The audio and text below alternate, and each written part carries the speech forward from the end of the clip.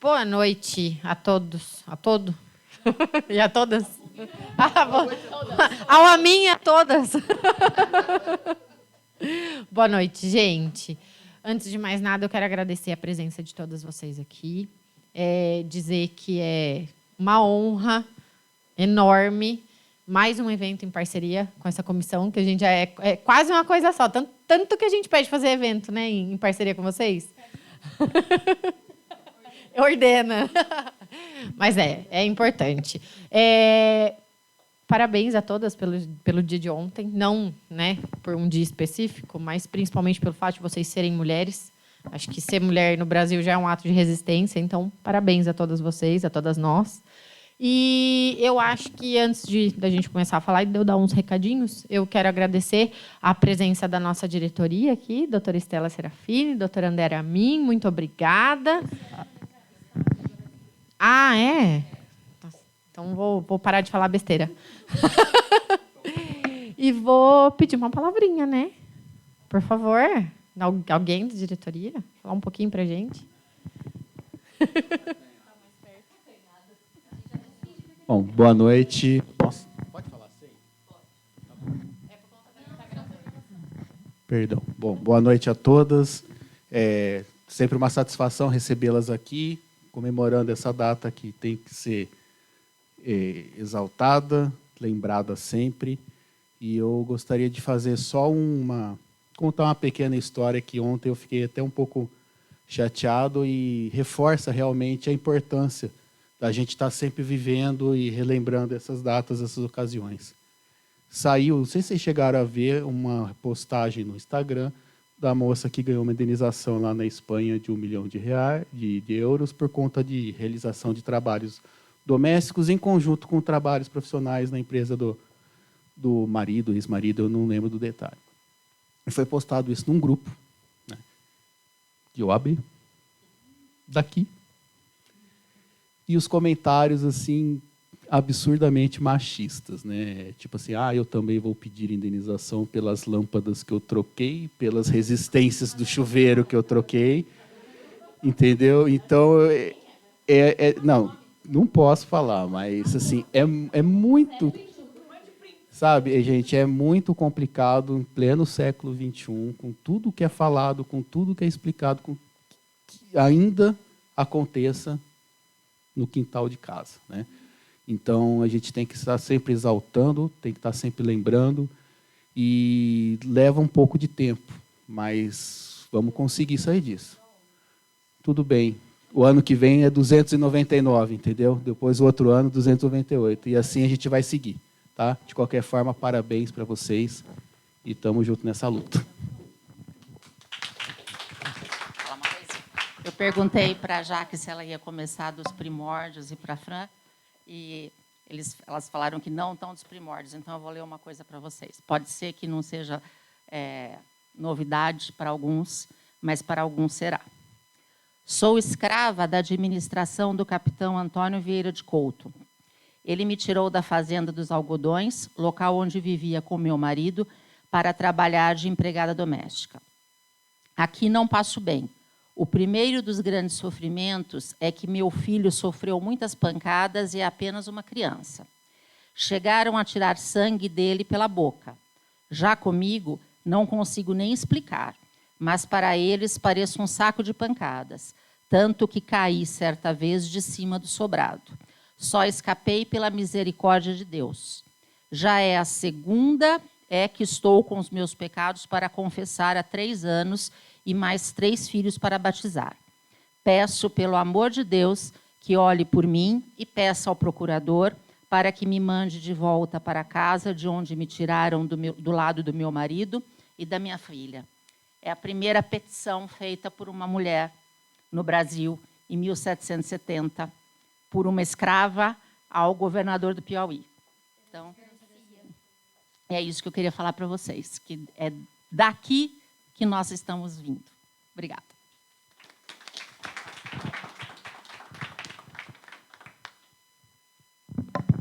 Bom, antes da gente dar início ao nosso trabalho, eu queria só dar 2 recadinhos.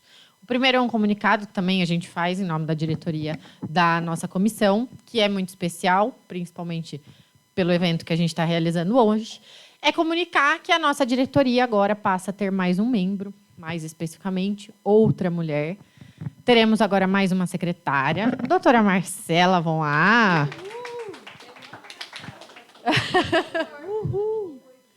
Mas... ninguém conhece, né? Não, ela é coach fitness. Mais uma mulher para compor essa diretoria, para trabalhar, é o que ela fala. Para ela não mudou nada, porque sempre esteve aqui do nosso lado, trabalhou muito junto com a gente, é por isso que está aqui agora à frente, para ajudar a representar um pouquinho de todo o trabalho que a gente faz aqui por trás. A segunda coisa também, uma notícia maravilhosa, é que vamos vender, acredito que no começo da semana que vem, porque amanhã já é, né, sexta-feira, então não dá tempo. A gente vai abrir as vendas da feijoada. Isso não é. Não é a da Jaque. Mas se quiser também, a gente consegue uns convites. Me chama depois ali no cantinho, eu posso contar da Luana, tá, gente? Aí a gente fala que vocês podem procurar a Luana ali na saída. Brincadeira. É a 3ª edição da Feijoa B, que, para quem não sabe, é o nosso evento beneficente, que o dinheiro arrecadado é revertido depois para a comissão da criança e do adolescente, para um trabalho muito bacana. Mas antes disso, a gente se diverte. Então, não percam, a gente vai fazer esse ano o esquema de venda por lote. A gente vai abrir com lote promocional. Não vou dizer quantos convites, mas serão por quantidade esse lote promocional. Então, vai bem rapidinho. Fiquem atentos, acompanhem o nosso Instagram, @jovemadvocacia.cps, que a gente vai vender tudo por lá. E depois, quem quiser comprar, pode procurar a Luana, pode procurar a Marcela, pode procurar a gente. E a gente vai fazer a Fran também, que a gente vai fazer um evento sensacional. E agora, sem mais delongas, vamos dar início a esse evento que é muito importante para a gente. A gente sempre brinca que a Jovem Advocacia é a porta de entrada, né, dos advogados aqui na nossa casa, dentro da OAB.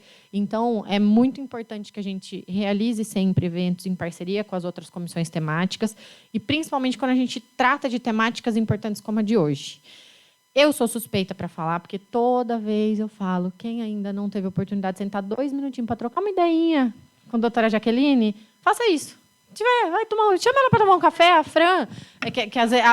A Fran precisa organizar as ideias dela. Então, pega sempre as duas em conjunto, que é mais organizado, não separa.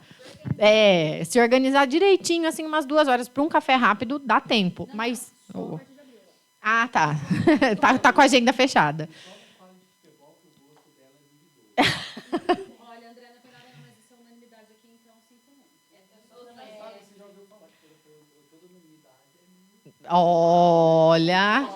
Olha. Gente, mas é muito... Gente, mas é muito importante. Então, a gente tem a honra de dizer que a gente convidou aqui a doutora Jaqueline Gachet, doutora Franciele Gurgel, para palestrarem sobre um tema muito importante, trazendo a temática da mulher de novo aqui para a gente. A nossa vice, que está acumulando função aqui na OAB também, né, porque é da Comissão da Mulher Advogada, vice-presidente da Jovem, ela está com tempo livre, né? Olha lá. Então, trazer elas aqui hoje para a gente, da Jovem, tem um significado muito importante. Elas falam de um tema muito importante de uma maneira muito leve, muito gostosa e muito coerente. Então, muito obrigada pela presença de todos. Eu vou passar a palavra para a gente poder aproveitar um pouquinho. Mari, quer fazer alguma? Não? Então, bom evento a todas e boa sorte para vocês.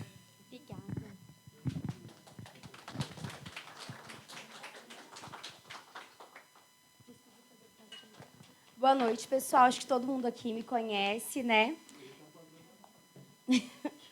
Não precisa, né? A idade, assim. Meu nome é Franciele Gurgel, sou vice-presidente da Comissão da Mulher Advogada. Primeiro, queria agradecer a Jovem, da qual eu ainda faço parte da comissão. Eu não vou deixar mesmo, eu amo essa comissão. As duas, agora sou completamente apaixonada e atuo muito nas duas, né? Eu gosto disso. Então, é um prazer fazer mais um evento juntas. E acho que vai ser de muita importância. A gente preparou com muito carinho, né, Jaque? Muito mesmo, os slides, tudo para a gente conseguir passar da melhor forma e daquele jeito leve que a gente gosta, que vira um bate-papo no final, para todo mundo entender o porquê que nós estamos aqui.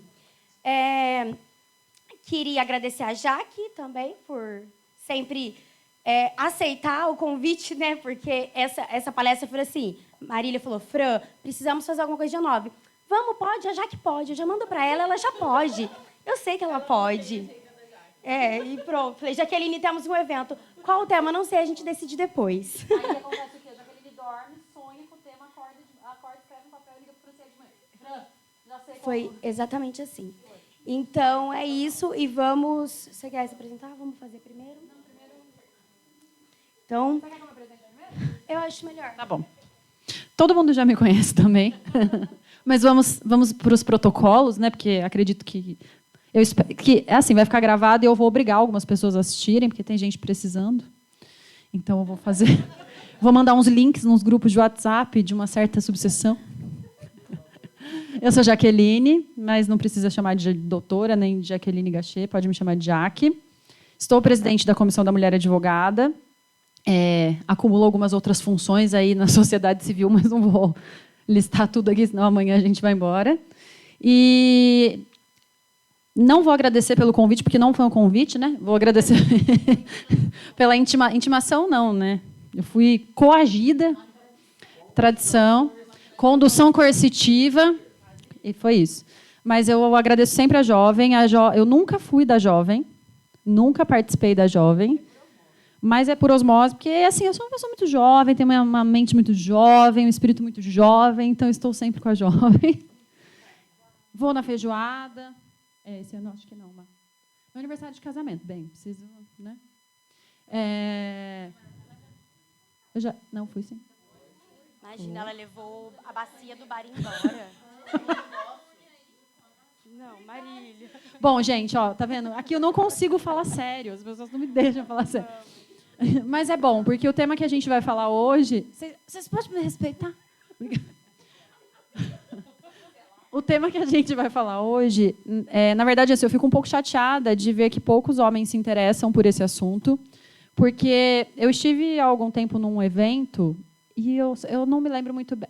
Não, foi na live que eu fiz semana passada, acho que até a Estela pode ter ouvido isso, mas a Fer, esposa da Luana, me ajudou a entender o machismo estrutural de uma maneira, e essa sala hoje, da forma como está, ela me faz entender que a Fer tem toda a razão. A Fer falou assim para mim, a gente precisa entender o machismo, parar de tentar entender o machismo estrutural com um olhar de engenharia civil. De um bloco em cima do outro bloco e uma coisa crescente que pode ser desmontada. A gente precisa começar a olhar o machismo estrutural como uma espiral. Porque o que acontece aqui embaixo, daqui a pouco está ali em cima, e a grande verdade é que a gente vem de uma luta para destruir essa palavra mesmo, o machismo estrutural. Só que quando a gente chega em 2023 e vê que falar sobre assuntos relacionados à mulher e aos movimentos e às nossas lutas interessam somente a nós, a gente entende que a gente está aqui embaixo da espiral ainda. A gente tem muito para caminhar, e por isso que a hora que o André falou, eu falei que a ONU disse que precisaríamos de 300 anos para alcançar a igualdade de gênero. Então, assim, por mais que eu tente ter esse olhar otimista do André de ano que vem serão 299, há pouco tempo atrás não eram 300. Há pouco tempo atrás a gente falava de 180 anos. Então, em 3 anos, a gente conseguiu aumentar em 120 anos o tempo estimado para que a gente alcance a igualdade de gênero.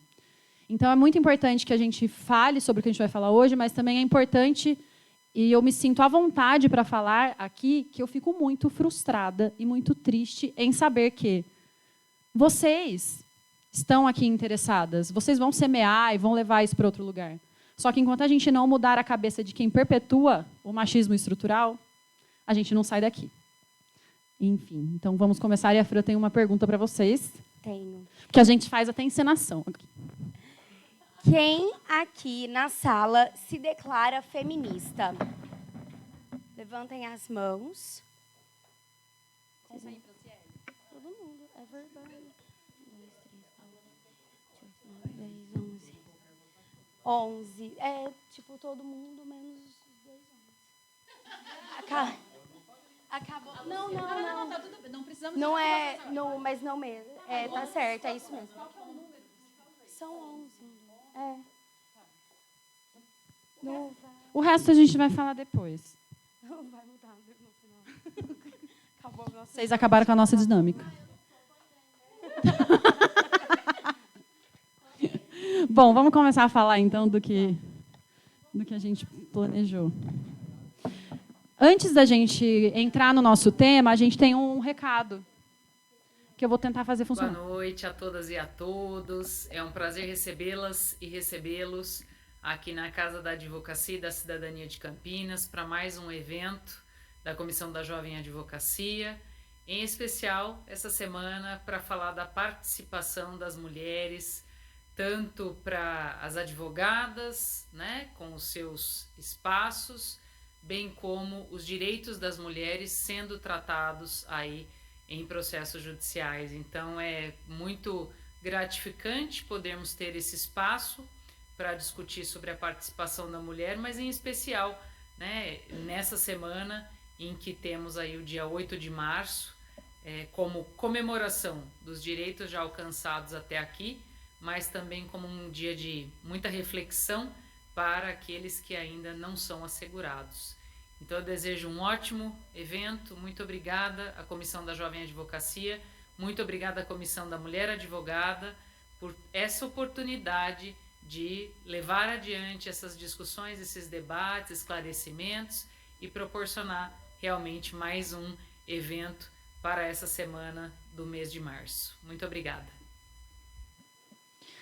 A Luciana gravou esse vídeo para mim 11h30 da noite, porque eu fiquei pentelhando ela o dia inteiro, falando que eu precisava de um vídeo. Pois é. Aí ela me mandou o vídeo e escreveu assim embaixo: é o que está tendo.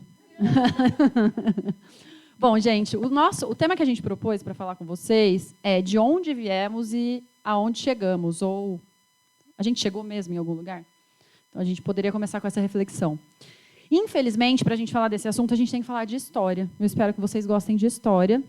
Eu só estou com um pequeno problema porque a Franciele, controladora, ela fez o quê? Ela dividiu meus slides e a minha mente não vai bugar, mas eu vou tentar, tá bom? Então a gente vai começar a falar um pouquinho. E a gente vai lá para esse período que é a Era Medieval. Ai, que saco falar disso, né? A gente queria falar o quê? Eu queria estar o quê agora, André? Sentada num futebol society, vendo macho se quebrar, achando super engraçado, tomando uma cerveja. Mas não, eu preciso contar que lá na Era Medieval, a mulher já trabalhava. Quem acha que a gente lutou para conquistar o direito de trabalhar está muito enganado. A gente sempre trabalhou. As mulheres sempre estiveram trabalhando. E aí, quando o André falou da decisão agora, é muito importante a gente entender que era esse o trabalho que cabia à mulher nessa época. Então, a gente trabalhava dentro de casa. E, em todos os lugares, se vocês procurarem, alguma explicação para dizer por que a mulher trabalhava dentro de casa, sempre vai estar escrito assim: não há registros de que isso tenha sido uma escolha. O que a gente sabe é que a mulher permanecia dentro de casa porque o homem se utilizava da força física, literalmente, para que a mulher ficasse no ambiente privado. Enquanto isso, aqui no Brasil, o que a gente tinha? A mulher indígena trabalhando. Na realidade, nas aldeias, existe uma estrutura diferente. Ontem a gente teve um privilégio de escutar a Aline Patachó falando num evento, e ela explica de uma maneira fantástica, que eu não vou nem ousar entrar nisso, que eu não vou conseguir. Mas é uma estrutura diferente, mas na época a mulher, para ela também só restava o trabalho que hoje a gente chama de trabalho doméstico. E naquela época, além disso, o trabalho era dividido de acordo com idade, habilidade e sexo biológico. O que é, gente? Ah, tá. Pausa. Vocês viram que todo mundo manda em mim aqui, não é impressionante? Tá bom, Saci. E aí não passa mais o negócio. Aí foi. Ah, gente, vocês viram que eu sou da era medieval, não sei lidar com tecnologia. Bom, aí a gente passa aqui, então, para esse período, que é o período renascentista. E aqui tem uma coisa muito legal. Assim, quem gosta de cultura também, quem gosta de artes, quem gosta de... Enfim, nesse período, as mulheres que ousavam sair fora do ambiente doméstico, né, fora do ambiente privado, e que tinham algum talento que pudesse se transformar em alguma obra, em algo que pudesse extravasar o ambiente doméstico, elas não podiam dar os seus nomes, né? A autoria tinha que ser escondida. Então, muitas obras tinham autor desconhecido. Até hoje, se a gente entrar no museu, a gente vai ver um quadro lá escrito autor desconhecido. E era o que acontecia nessa época. No Brasil, foi o quê? A era da invasão, né? Porque, gente, o Brasil não foi descoberto. O Brasil foi invadido. Essa é a grande verdade. E as mulheres indígenas, então, nessa época, elas foram escravizadas. Então, elas saíram do ambiente das aldeias e passaram a ser a mão de obra que era utilizada no Brasil. Agora eu fiz certo. E aqui, vou até soltar. Nesse período, o que começou a acontecer? Começou a ser muito interessante para a sociedade que as pessoas buscassem conhecimento acadêmico. E, obviamente, que isso não cabia à mulher. E, nesse momento, acontece um fenômeno que quem já viu minha palestra sobre violência obstétrica vai lembrar, porque eu falo disso, que até as parteiras viraram homens. É nesse período que surge a obstetrícia. E é nesse período que uma coisa que é naturalmente feminina se torna algo masculino. É o momento em que os homens tomam conta, inclusive, de algo que naturalmente era nosso. E, no Brasil, a gente tem, então, o período da escravidão, mulher negra trazida da África. E elas passam a trabalhar, então, fazer trabalhos manuais junto com as indígenas. E aqui é uma total e clara demonstração do racismo começando a ser visto no Brasil. Por quê? As mulheres europeias, qual era a função delas na sociedade? Parir. Para quê? Para que a população brasileira fosse branca. Para que nós tivéssemos aqui descendentes europeus.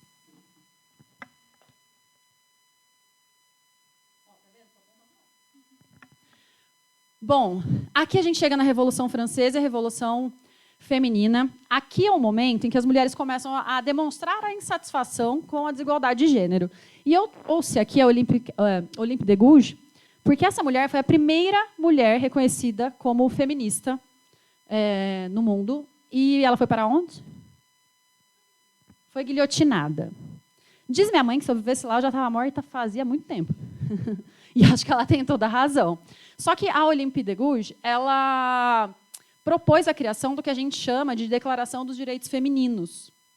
E essa declaração ela serviu para complementar o que a gente tinha, que era a Declaração dos Direitos do Homem e do Cidadão. É chato falar de história, né, gente? Não? Franciele, eu ainda estou aqui? Ainda sou eu, né, Franciele? Deixa eu perguntar para quem bota ordem na casa aqui. Sou eu, Franciele? Tá bom. Não sei, não. Aqui a gente está falando do capitalismo. Gente, quem que o capitalismo ajuda? A gente estava falando agora há pouco da base da Virgínia, que custa R$200. Você vai comprar a base da Virgínia? Sabe quem é a Virgínia? Tá. André, você vai comprar a base da Virgínia? Veja bem, o capitalismo, aqui não está escrito aqui porque eu lembrei agora, vou falar porque eu lembrei agora. O que acontece no mercado capitalista? Nós somos as principais consumidoras do capitalismo. Vou ser cancelada por quem? Manda para a Virgínia, grava, manda para ela. Quem sabe ela me reposta. Então, o que aconteceu no período do capitalismo aqui? A gente começa a ver as mulheres trabalhando ainda mais, só que de forma clandestina, e sustentando suas famílias. E eu falei que o capitalismo ele é servido pelo nosso consumismo, porque, gente, o que é o mercado da beleza? Por exemplo, hoje eu borrei meu batom, no outro evento que a gente estava, que eu coloquei máscara. Eu podia ficar o quê aqui? Com a cara borrada de batom. Eu desci lá na farmácia da CASP e fui achar o bendito do negócio para eu cobrir o borrado. Mais uma vítima do capitalismo. E é inevitável falar de feminismo e falar de mulheres e não falar que o capitalismo é nocivo para a gente? Sim, senhoritas.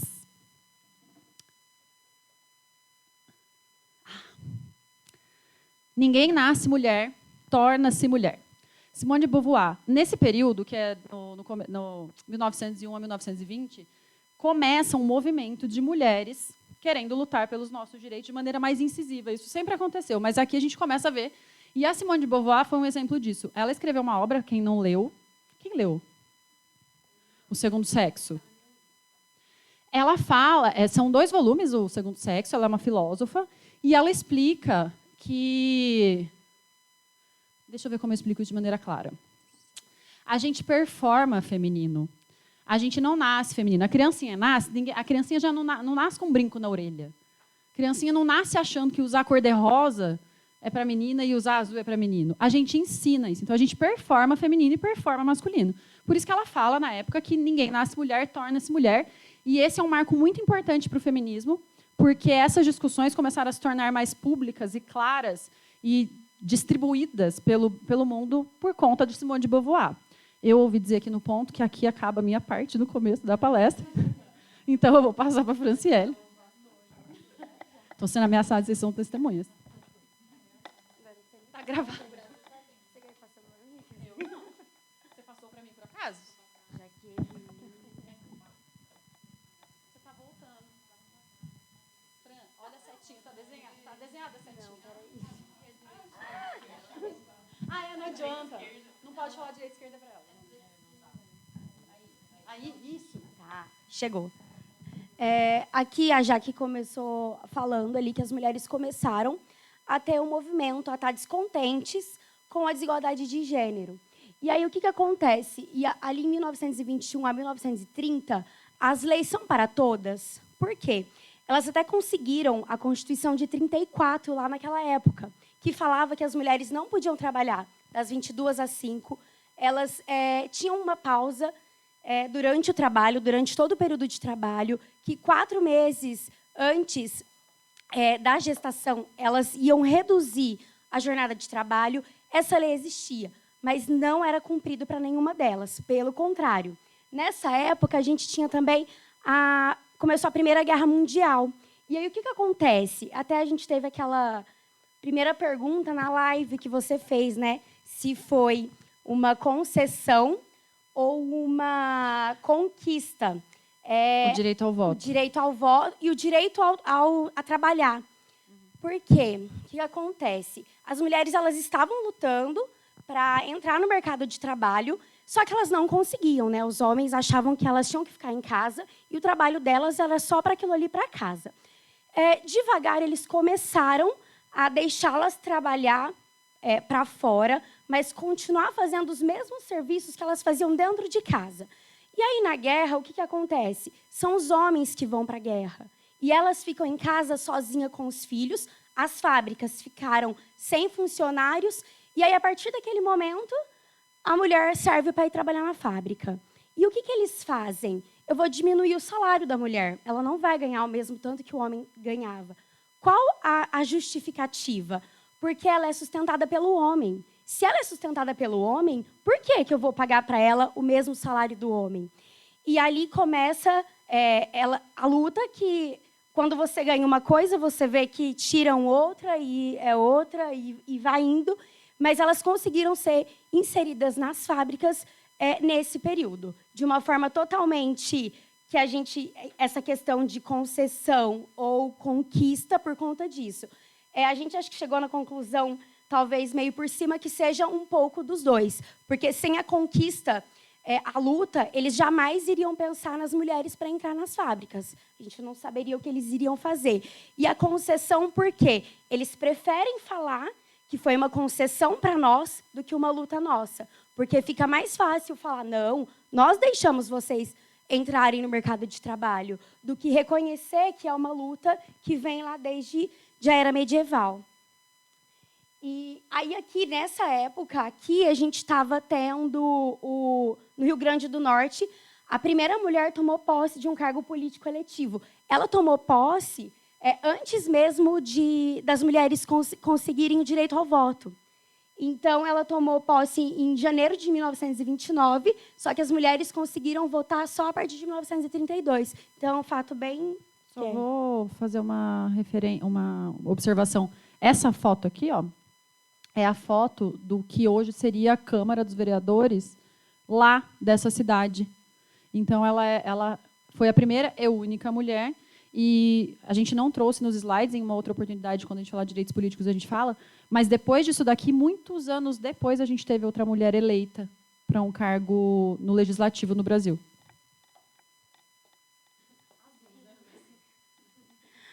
Aí a gente passa um pouquinho para o entretenimento do ego, né?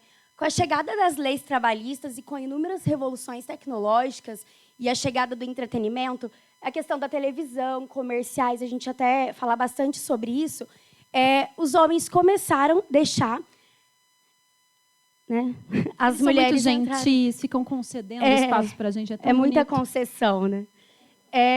Trabalhar na mídia. E naquela época, e quando a gente está falando aqui das mulheres, a gente deixa de lado as mulheres pretas, porque elas trabalhavam desde antes, a luta delas começou antes mesmo das mulheres brancas. Então, aqui, por exemplo, a gente tem, nos comerciais, em 1970, as mulheres podiam trabalhar na mídia, mas era sempre servindo o homem, sempre servindo o homem. Era um objeto sexual. Ou ele estava fazendo, ou ela era servente, ou ela estava como um objeto sexual. E aí, mais uma vez, foi quando aconteceu o fato em Nova York, lá da queima dos sutiãs, que não vamos nem entrar porque há controvérsias de como aconteceu e como não aconteceu, mas porque aí era tentando afastar o trabalho da objetificação do corpo feminino, porque até então o trabalho era só voltado para isso. Vou te dar o emprego na televisão, você vai aparecer na TV, mas é como servente do homem sempre. E aí, aqui, né, foi que eu falei que a realidade mais comum dessa época era de famílias pobres, né? Porque o trabalho dos homens ele não era suficiente para sustentar a casa. Quando a gente fala das famílias ricas, o homem sustentava a mulher e ela estava ali para criar e cuidar dos filhos. Quando a gente fala das famílias pobres, a mulher, às vezes, tinha que sair escondido para trabalhar e o marido ele tinha até vergonha de falar para os outros homens que aquela mulher estava saindo de casa para trabalhar. E aí a gente volta também na questão do anonimato. Tudo que a gente vir hoje que tiver autor desconhecido, com certeza foi uma mulher que fez e o nome dela não poderia aparecer. E aí, quando não pode aparecer, a gente fala de todas as mulheres. Não só da mulher pobre, da preta, mas, inclusive, a branca de classe alta. E aí, os assédios e preconceitos se tornaram constantes e o corpo feminino era infinitamente sexualizado. O salário para as mulheres chegava a ser 70% menor que o dos homens na época. Então, além de tudo isso, ganhavam 70% menos e ainda chegava e tinha que dar esse salário para o marido, porque era ele quem administrava, com a justificativa de que eu te sustento o teu filho, não te falta nada, então o seu dinheiro é meu. Ô, Fran, isso aí é 1931 ou é 2023? Aqui a gente conseguiu diminuir 50%, porque agora está 20%. 24, né? Daqui 300 anos chega no zero. Aqui, em 2000, aqui de 70 para 2000, o feminismo veio para ficar, né? Com a expansão da economia, né? Da urbanização crescente, as mulheres começam a trabalhar na fábrica e começam a querer ocupar o lugar que antes era ocupado só por homens. E eu falo dessa forma porque não é ocupar o lugar que é do homem, porque não é dele. É nosso, só que a gente aprendeu desde cedo que talvez a gente não seja capaz de chegar lá. É igual quando a gente fala na era medieval, né, que a mulher trabalhava para o marido, que ela só trabalhava na cozinha, ninguém nunca, não tem relato em lugar nenhum, perguntando se essa mulher, se ela queria fazer aquilo ou se ela queria trabalhar. Isso foi imposto por conta da força física do homem, que até então ele achava que isso poderia fazer com que ela ficasse trabalhando em casa. E aí, em 75, foi decretado pela ONU como o Ano Internacional da Mulher. E, pouco a pouco, essa ideia de que a mulher representava o sexo frágil, ela passou a desagradar. Todas as vezes que falavam isso, a gente tentava provar de todas as formas que a gente não era o sexo frágil, mas a gente está ainda nessa luta ainda. Mensagem de Dia Internacional da Mulher. Parabéns, guerreiras, pela sua força e dedicação. O nome disso é o que mesmo, Franciele? Sobrecarga. Eu acho que voltei. Não, você não passou. Não, agora foi. Foi. E aí, o que acontece? A mulher, ela consegue ser inserida no mercado de trabalho. Hoje a gente ocupa todos os lugares, mas o serviço doméstico ainda continua sendo feito pelas mulheres. E o inverso ele não vem ocorrendo. Por exemplo, antigamente a gente tinha que só os homens trabalhavam fora e a mulher fazia o serviço de casa. A gente está invertendo isso de uma forma que não está acompanhando de ambos os lados, porque a mulher agora ela faz o trabalho fora, ela faz o serviço de casa e o homem não está começando a fazer o serviço de casa na proporção que a mulher está ocupando os lugares e espaço de trabalho fora de casa. Então, aqui, a gente tem um dado muito legal que, segundo o IBGE, as mulheres elas gastam 21,3 horas por semana com os cuidados da casa, enquanto os homens gastam 10,9 horas. É mais do que metade. A mulher trabalha mais dentro de casa, metade do que os homens. Então, isso é muito desgastante de ouvir, de ficar batendo, porque a gente trabalha mais, ou mesmo tanto fora de casa, nas empresas, ganha menos e ainda chega em casa e temos que trabalhar mais do que ele, uma coisa que era para ser igual. E aqui, agora, a gente falando da recente aqui, novo normal, as mulheres esperam que não. E por quê? A pandemia, né, ela alterou as relações de trabalho e o mundo precisou ajustar. A gente teve home office. E aí, o que acontece? O desemprego ele afetou mais a parte feminina do que o masculino, sem dúvida. E quando não afetou as mulheres, elas estavam em casa, trabalhando, cuidando do filho e cuidando da casa. Quando ela sai para trabalhar, ela consegue fazer essa divisão.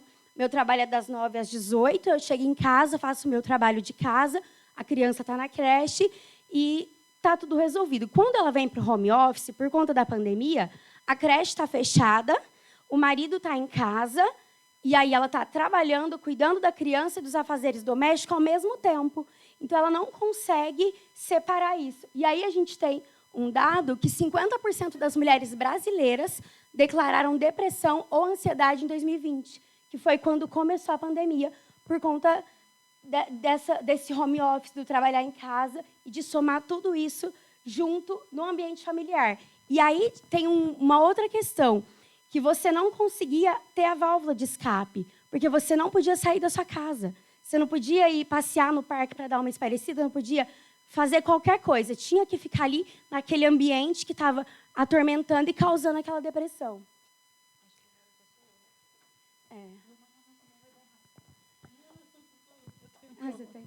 Vocês viram que a gente é super organizada, planejada, né? É uma coisa maravilhosa. Eu estou com um pouco de medo, porque lembra que eu coloquei várias animações? Elas não estão aparecendo. Então, pode ser que o slide seguinte vai estar tudo errado, tudo amontoado. Mas eu vou me esforçar para tentar explicar. Então, tá, como eu imaginei. Aqui atrás, essa aqui tinha várias fotos. Essas fotos são fotos reproduzindo o trabalho das mulheres no período da Segunda Guerra Mundial. Por que eu trouxe isso aqui? Eu tenho Instagram de quase todo mundo aqui. Se eu ver alguma mulher postando alguma vez essa imagem aqui, eu vou falar, vocês não ouviram o que eu falei? Todo mundo acha que isso aqui é um sinônimo de força, de luta, que é símbolo do feminismo. Não, não é. Essa imagem era uma publicidade utilizada no período da Segunda Guerra, e ele está escrito assim: nós podemos fazer isso. O que aconteceu? A Fran falou da Primeira Guerra, mas na Segunda Guerra isso foi potencializado por conta da indústria automobilística.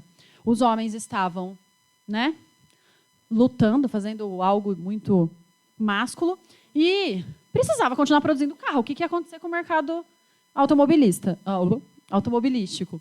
E aí as mulheres foram trabalhar. Então, essa imagem, ela é uma imagem do machismo e não do feminismo. Ela é uma imagem do patriarcado e não de luta feminina. Ela é uma imagem que nos mostra que nós somos tão... Deixa eu tentar achar uma palavra educada. Nós somos tão violentadas que até isso é feito. É utilizada uma imagem de uma mulher para nos fazer acreditar que nós conquistamos isso aqui. E não, nós não conquistamos. Isso foi o quê? Uma concessão. Isso não foi uma conquista. Porque quando a Segunda Guerra acabou e os homens voltaram para o mercado, o que aconteceu com essas mulheres? Rua. Então, isso aqui não é sinônimo de luta, isso aqui é sinônimo do machismo. Então, eu fiz questão de trazer, porque todo ano eu tenho mini infartes no dia 8 de março, quando eu vejo essas imagens ligadas à luta feminista. E a gente está falando de feminismo o tempo todo, sim, e no final vocês vão entender por quê. Ai, gente, aí a gente chegou nas advogadas, né? Porque era disso que a gente queria falar, passou essa parte. Essa moça, dizem que é uma imagem dela mesmo. Está na Wikipédia. Wikipedia, né? Está no Wikipedia. O nome dela era Carfânia. Carfânia, segundo a história, ela foi a primeira advogada do mundo. Só que qual que é a questão? Isso aqui aconteceu lá na Roma Antiga. Tinha curso de direito? Alguém prestava o exame da ordem? Ou o exame do instituto, sei lá o quê, né? Porque a gente está falando da Itália. Não, mas ela foi reconhecida porque, assim como Esperança Garcia, que eu vou falar lá na frente, ela atuava como se advogada fosse. A gente chamava... como que é? Vocês lembram? As pessoas que entendiam de direito e falavam de direito e atuavam dessa forma eram conhecidos como rábulas. A gente tem vários clientes assim. Chegava e falava assim, eu sei, doutor, é assim que você faz. Ó. Isso. O nome deles é rábula. E aí, o que houve? Olha que loucura. Carfânia, Roma Antiga. Mas aí, a gente tem a Lídia Poete, final do século XIX. Quem que assistiu a série? A série está na Netflix. Assistam. Se vocês forem passar nervoso como eu, abre uma garrafa de vinho, pelo amor de Deus. Porque eu fiquei muito nervosa assistindo isso. Porque, apesar da gente saber o que aconteceu, é ruim ver aquilo materializado. Tem uma cena... Fran, você que conseguiu explicar direitinho, como é que é aquela... Que é ela chega lá para o juiz para entregar uma petição, e aí ele fala assim para ela, nossa, mas agora as mulheres vão inventar de ser advogada, daqui a pouco querem ser juíza, desembargadora, promotora, que absurdo. Aí eu falei, gente do céu. Então, e aí o que a gente está vendo aqui? Quando os cursos de direito foram instituídos, quando passou-se a ter uma profissão regulamentada, aí as mulheres foram excluídas do exercício dessa atividade. A Lídia, ela cursou direito, ela foi admitida no que seria equivalente aos quadros da Ordem dos Advogados, e quando ela começou a exercer, na série vocês vão ver que é muito interessante que em todos os espaços públicos que ela entra, existe uma... Eu vou espirrar, gente, estou com crise de alergia hoje. Leis de Lídia Poete. Ela entra e existe um choque, assim, as pessoas ficam assustadas porque ela está ali. Então, a gente está falando das primeiras advogadas reconhecidas no mundo, e aí a gente vai trazer, então, para o Brasil.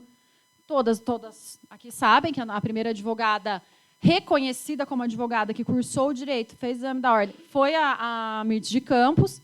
Ela concluiu o curso em 1898, mas ela só pôde exercer a advocacia em 1906. Então, olha o tempo que ela demorou para conseguir se filiar ao que era o Instituto dos Advogados do Brasil. Devia, né, Luana? Se eu te fizer engolir o microfone, você vai acabar com a sociedade? Bom, mas aí aqui no Brasil aconteceu a mesma coisa. Por quê? A Estela leu agora a carta que a Esperança Garcia escreveu para o então procurador. A Esperança Garcia, lá em 1770, ela era uma mulher negra escravizada e ela denunciou os maus tratos que os escravos sofriam nas fazendas de algodão daquela região. E ela foi, então, reconhecida como a primeira advogada do Brasil.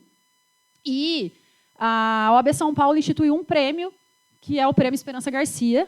Então, é muito importante a gente saber que tivemos essa mulher nos representando. Então, a nossa primeira advogada vem daqui. Franciele, sou eu, é você? Sou eu? Não, agora é você, viu?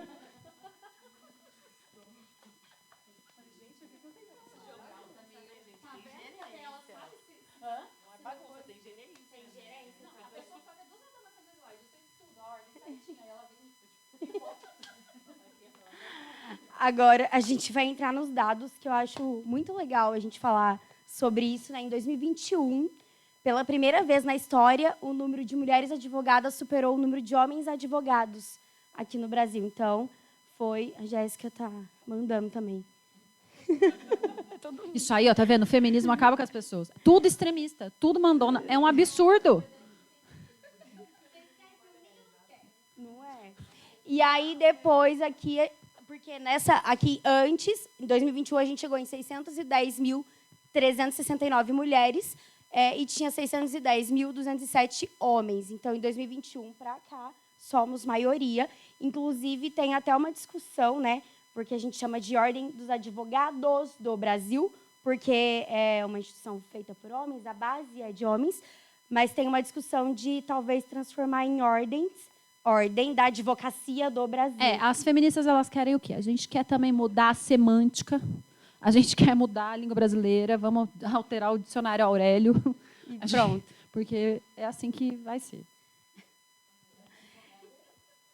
E aqui em São Paulo, segue o Brasil, né? As mulheres são 50,49% da advocacia paulista. A gente tem agora a primeira mulher presidente da seccional em 90 anos e a primeira mulher presidente da CASP.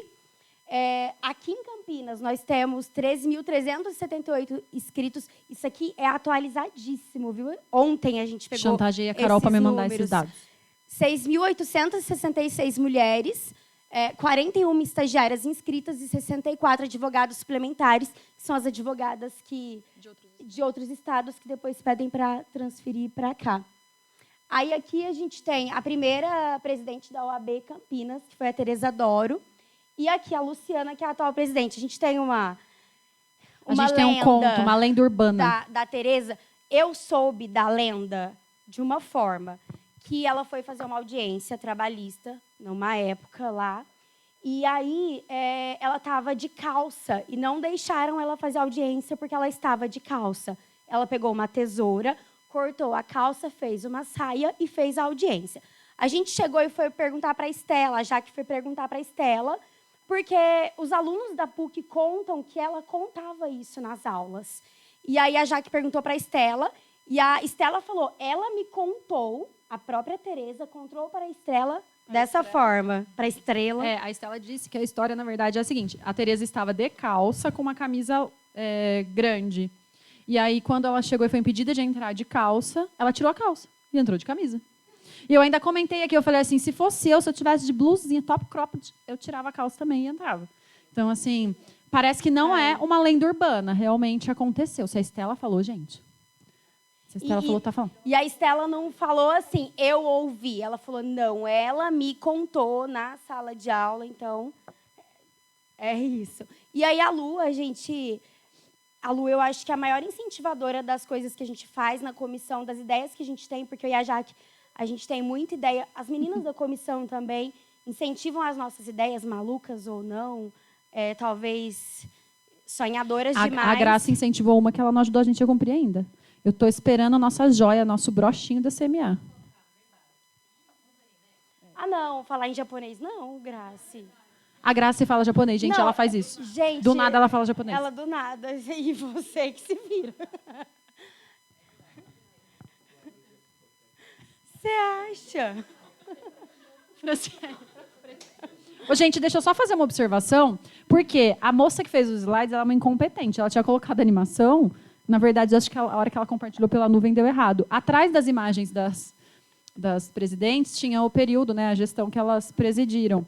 A Lu, vocês já sabem, né, gente? Mas a Tereza foi presidente por 2 gestões.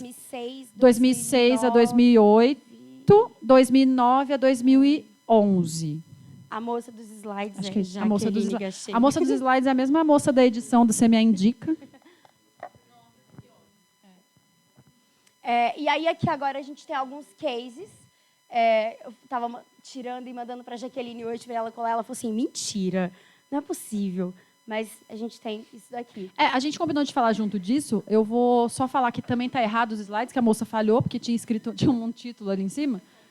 A estagiária fez errado. Mas o que a gente quis trazer para vocês? A gente contou... Se a gente olhar de fora essa historinha, né? Primeira advogada, não sei o quê, Lídia Poete não conseguiu advogar. Hoje a gente tem presidente mulher na seccional, presidente mulher na CASP, presidente mulher aqui. A gente pensa, uau, chegamos, alcançamos. Só que essas notícias são violações de prerrogativas. Gente, eu vou ter que falar de prerrogativas e o André está aqui. Eu vou embora. Eu não vou falar. Não, é melhor ainda. É melhor ainda, André. Não vou falar. Não. Eu vou deixar o André... Não, você não está no seu lugar de fala. Aqui você não vai. corta a calça, que aí eu deixo. Então, a gente quis trazer para vocês verem que, assim... Eu acho até que seria legal, a Fran deve ter tido alguma experiência na vida de afronta à nossa prerrogativa, mas eu diria, no meu caso, eu nem diria isso. Eu tive dezenas de experiências de questionamento sobre se eu era ou não advogada do meu próprio escritório.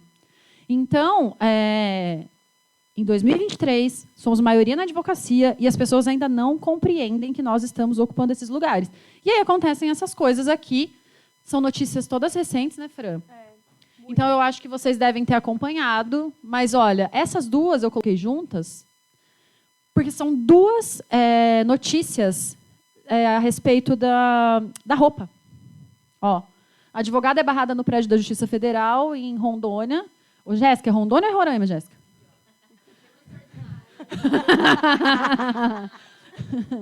Por causa da saia. A Gente, outra é... Aqui, Dá a pra ver, saia Fran? dela. É que não dá pra ver aqui muito bem. Mas, assim, eu acho que quem viu... Saiu...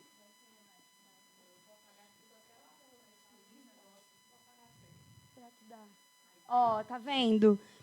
Não é uma saia curta, é uma saia acima do joelho. E essa notícia, se eu não me engano, é 2022.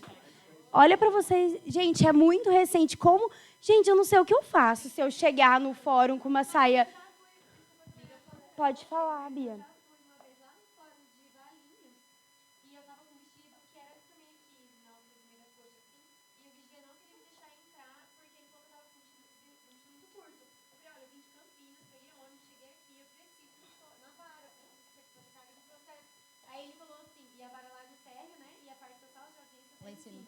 Aí ele falou assim, tá bom, a senhora pode entrar, só que a senhora não vai poder subir escada. Beatriz. Aí eu já arrancava a roupa e eu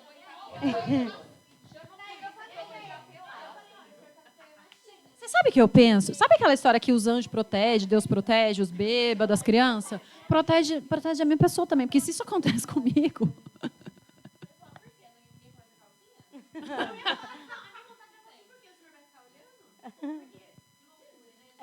Pois é. E a outra notícia também é isso, né, Fran? A advogada é humilhada por juiz durante o julgamento por causa de roupa que vestia. Ele falou que ela estava vestindo uma camiseta. Aqui não tem, mas tem uma outra foto dela. Não é aquela moça que está ali. Ela estava, sabe, tipo camisão?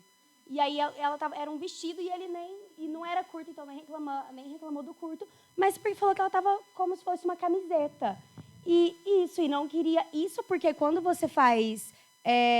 ela estava sustentação, você coloca a toga, né? Beca. Então, assim, a beca. Então, é uma reclamação até totalmente desnecessária diante, talvez, do ato dela mesmo estar ali como advogada naquele momento. Então, é muito desconcertante a gente ter que passar por isso agora ainda, sabe? Exatamente.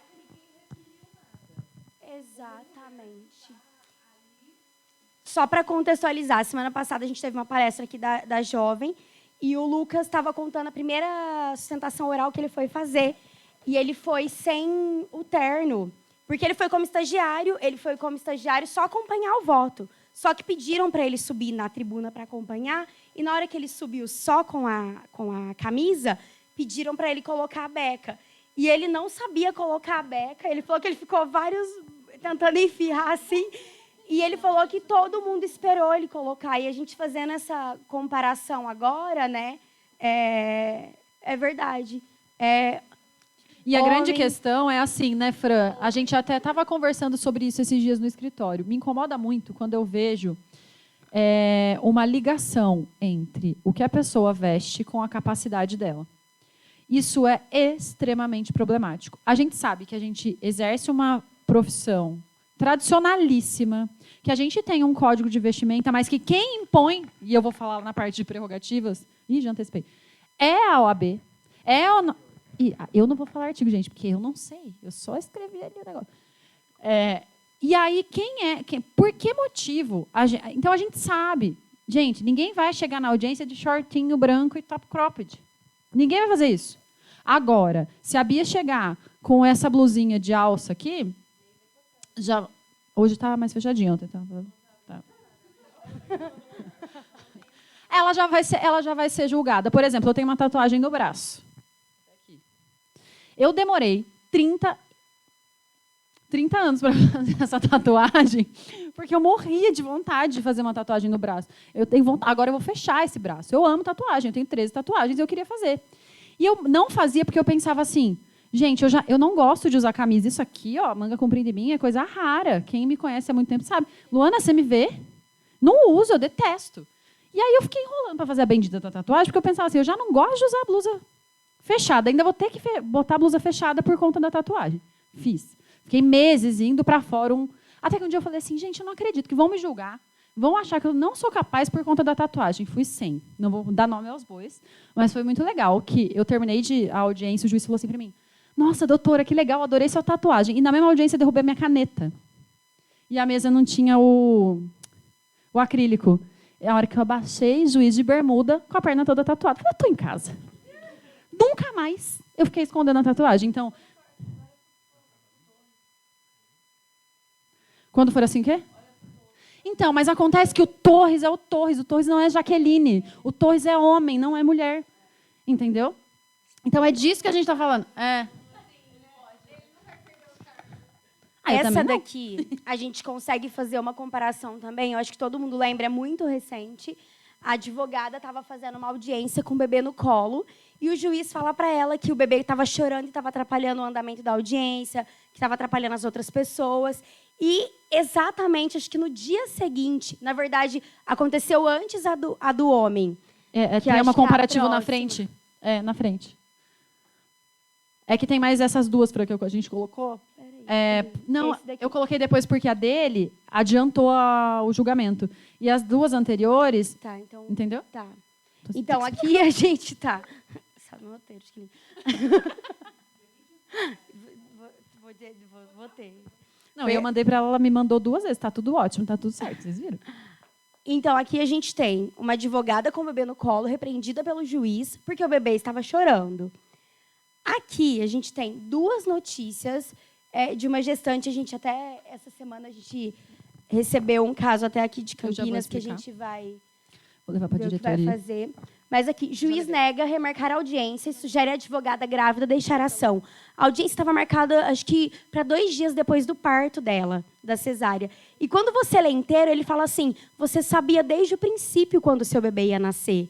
Então, já deixasse a ação para outra, já contratasse outro advogado.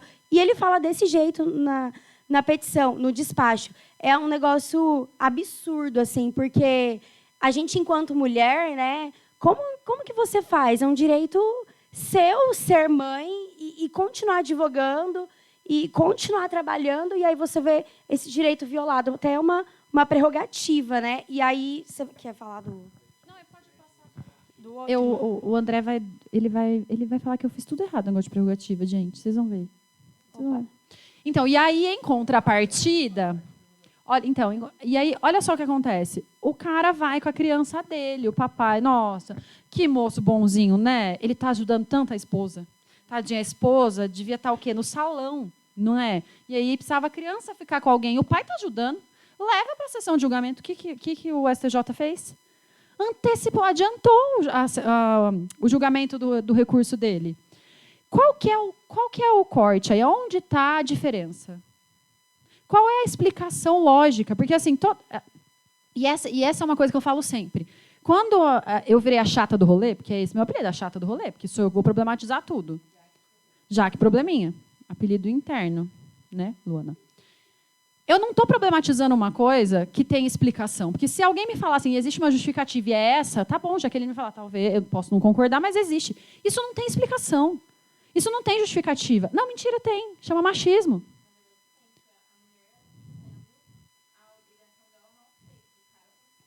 Exato. Exatamente. Essa é uma crença também de que a mulher tem instinto materno. E, assim, eu acho que é bom deixar claro que a gente não está criticando aqui a atitude do STJ em elogiar o pai de levar, porque está correto de levar. O problema é essa tratativa diferente que se fosse uma mulher e o homem, porque a gente tem que normalizar isso daqui. É normalizar a mãe, se precisar, fazer audiência com uma criança no colo. É normalizar o pai, se precisar, levar também. E não elogiar por conta disso, porque é mais do que obrigação dele também. Então, essa questão. Não é, o problema é porque o pai levou... Não é isso. O problema é diferenciar quem que está levando a criança. Quando é o pai é de um jeito, quando é a mãe de outro. Como se a mãe fosse obrigação estar lá e a criança não chorar. E o pai, nossa, que maravilha, está ajudando a mãe. Essa diferenciação no tratamento. E ainda nessa questão de violações, eu queria contar uma história que a Adriana Galvão contou ontem, no evento que a gente estava em São Paulo, aconteceu lá no TRT2. Ela disse que estava acontecendo uma sustentação oral. A advogada, o voto já tinha sido lido, ela já tinha perdido, não tinha tido provimento do recurso dela, já tinha sustentado. Ela ia sair da sessão, gente. Ela ia sair da sessão, acabou. Um dos bonitos dos desembargadores decidiu falar da roupa dela. Mesmo ela saindo da sessão, ela ia sair, acabou, gente, perdeu. Ele falou para ela, da próxima vez, usar uma roupa mais adequada. Ela estava com uma blusa igual a da Mari, assim, ó. Não, a Adriana contou ontem para a gente no evento, mas aconteceu recentemente no TRT2. Então, assim, é muito triste ter que falar isso, mas a gente está falando do quê? De uma questão estrutural. É o espiral que eu falei lá no começo. Isso não muda, por quê? Porque essa pessoa que fez isso aprendeu desse jeito. E a gente está falando, volto a dizer, de uma profissão, de uma área de atuação extremamente tradicional. Eu não gosto de falar tradicional, porque acho que não combina com isso. Conservadora. Então, só que existem formas da gente evitar que isso aconteça, não só batendo boca e tal. Então, aí a gente vai entrar e eu vou passar vergonha agora, na frente do André Amin. Brincadeira, eu fiz o quê? Eu fui inteligente, né? Porque nunca falei de... Muito obrigada. Agora eu já estou mais motivada. Primeiro, procurem essa cartilha de prerrogativas da mulher advogada, que é uma cartilha da OAB Nacional. Eu só copiei ali, só tirei da cartilha algumas coisas que eu acho que todo mundo precisa saber. Para começar, mulher advogada tem direito ao exercício da advocacia sem assédio, sem violência, sem discriminação. Nossa, que bonito, a gente precisa falar isso, né, André? Precisa contar para as pessoas isso. Precisa estar na cartilha. E detalhe, não está escrito assim, tem uma explicação abaixo. A mulher tem o direito de vestir o que ela quiser. Lá na cartilha está explicando a questão do artigo 7º, que é que quem... É o 58? Então, artigo 58. Isso. Então, assim, ó, André, se eu falar besteira, você me corrige. A Bia chegou no fórum, foi impedida de entrar por conta do tamanho da saia. Prerrogativas. Você não pode ser impedida de entrar. Você não pode deixar de exercer a sua profissão porque alguém achou que você ia subir a escada e sua calcinha ia aparecer. Ah, mas só ia aparecer porque ele ia olhar. Eu estava tentando lembrar o ditado. A Lu fala isso direto. Não quer ver? Estrela não olha para o céu.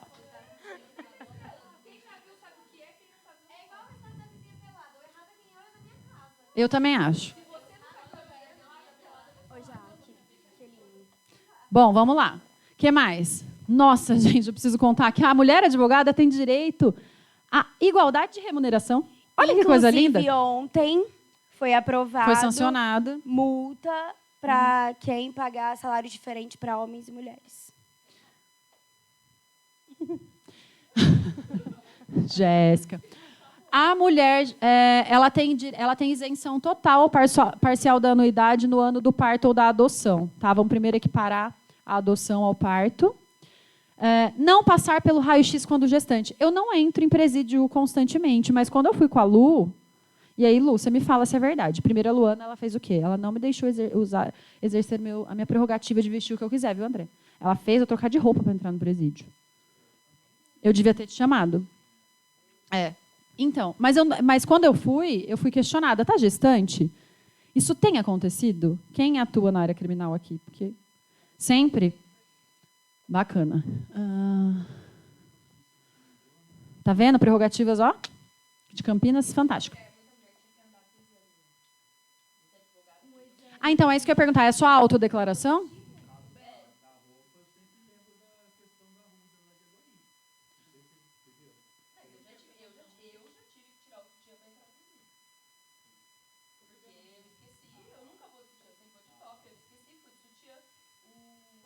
Do ar. Não. Você não pode entrar. Apessoaram.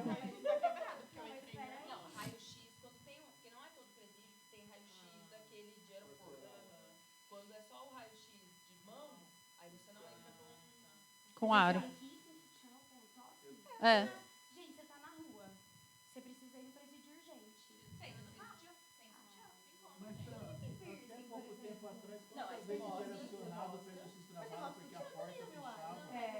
Porque fazia a mulher abrir a boca. Mas lá agora eu percebo que advogado hoje passa mais direto. É isso, é importante lembrar o que a Jéssica falou. O aro do sutiã, o problema não é o aro, não é estar do sutiã. É que o aro do sutiã vira uma arma. Então, mas aí eu acho que é uma questão de refletir numa alternativa também, né? Aí não é. Ai, barro porque eu não gosto de mulher que Já sutiã deu minha pra taça. no caísmo, gente. E aí, tá, eu preciso ir no presídio agora. Eu tô de blusa branca. Você entende? Ou tem um top no carro. Franciele, é o seguinte, se você vai pra presídio, você só usa roupa preta, sem transparência. Vamos voltar. Bom, Vamos voltar, galera. vamos voltar. A mulher gestante tem direito a vaga especial de estacionamento. Nunca fui gestante. Funciona, André? Então, o espaço precisa oferecer essa vaga, tá escrito. Eu acho que contar isso talvez não tenha problema. Aí eu vou sentar um pouco para falar. Vou aproveitar que nosso diretor está aqui e vou até encostar. É rapidinho. Oh, meu Deus do céu, viu? 8h30 tem que acabar? Gente. Isso aqui, ó, suspensão dos prazos processuais por 30 dias. Está lá na cartilha. Isso aqui está no CPC. E aí, essa semana, nós fomos questionadas por uma advogada recém-parida a respeito disso. Por quê? A Constituição garante licença maternidade de 120 dias. Certo? A advogada autônoma, que não tem sócia, não trabalha com ninguém. Tá bom, ela pede a suspensão por 30 dias. E no restante desse período de licença maternidade? Porque, até onde entendo, a licença maternidade tem a finalidade de garantir o bem-estar e saúde tanto da mãe quanto da criança. Ela vai ter que voltar a trabalhar depois de 30 dias? Luana. Tá, só que é isso que a gente precisa rever. Exato.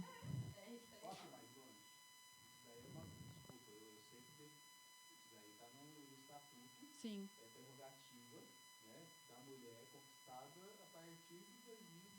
Isso é recente. Uhum. Não. A própria ordem estabelece 30 dias. Eu sei que é uma conquista, mas já que é para fazer. Exato. E aí, essa problemática ela foi a seguinte, que aí eu vou além. Tá bom, essa advogada ela tem uma pessoa que pode ajudar e que vai cuidar desses processos que são particulares. E aí eu já levei isso para a Luciana, por isso que estou trazendo a público, porque eu já levei para a Lu. Qual que é o questionamento? Convênio da Defensoria Pública. Você só pode subestabelecer por um ato único. Audiência, isso. Não é possível 2 advogados conveniados serem nomeados para o mesmo caso, certo? Então não vai ter ninguém ali para te substituir. Você não pode renunciar por esse motivo, porque ela tentou. Aí ela faz o quê? Ela deixa de atender o assistido?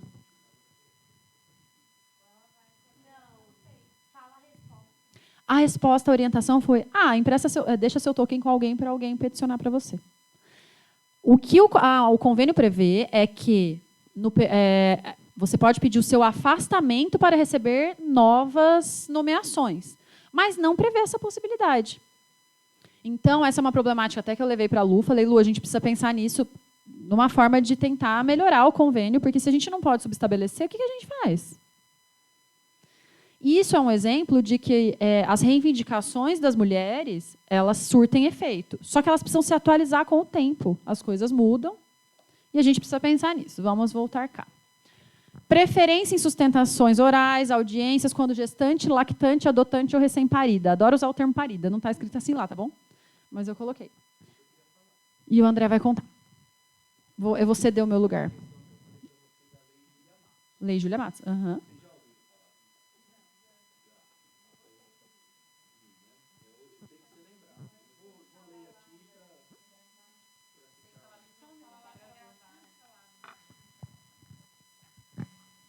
seguinte, a Lei Júlia Matos, o que aconteceu, para quem não sabe?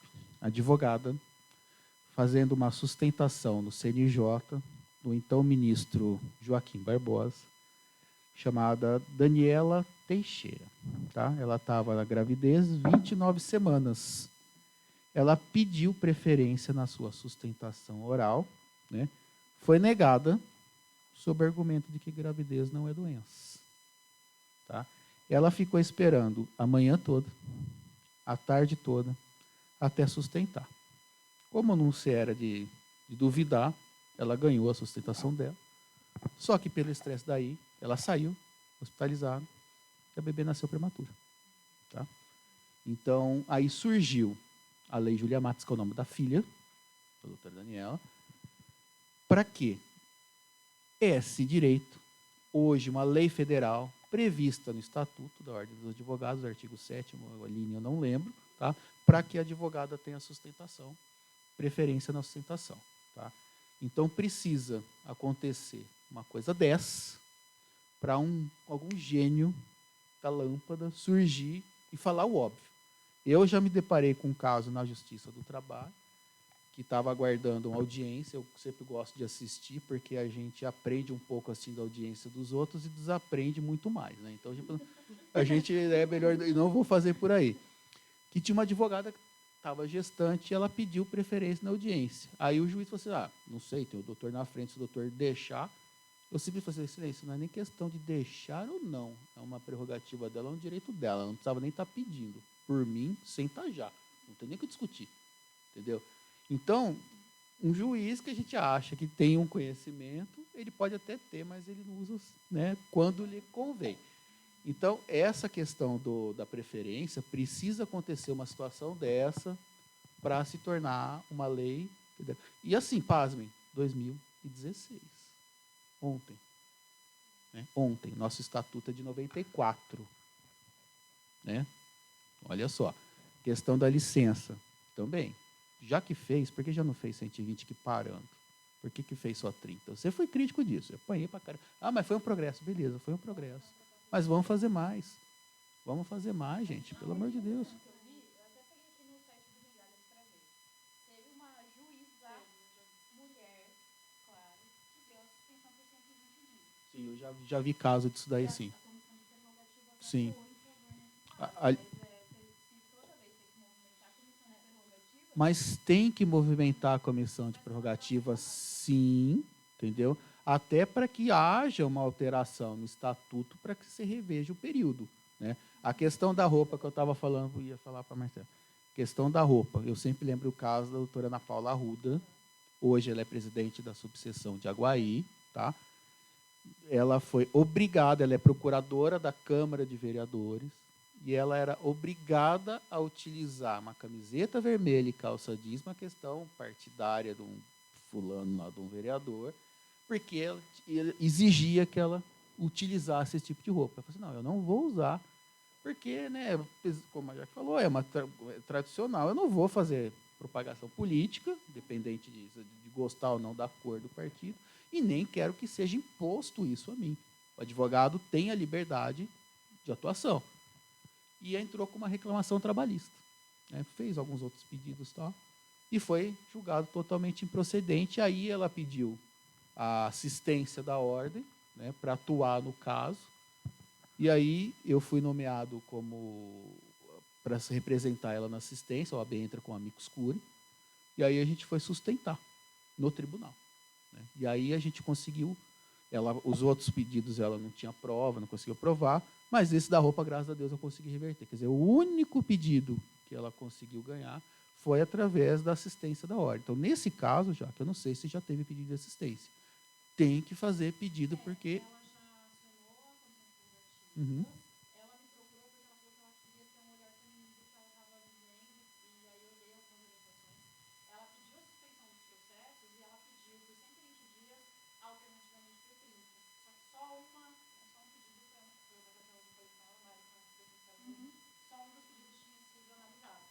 Ela deu o advogado da sua parte falou que é um absurdo. Aí, e assim, ela tem o atestado médico porque ela pariu duas crianças, ela pariu gêmeos e ela precisa.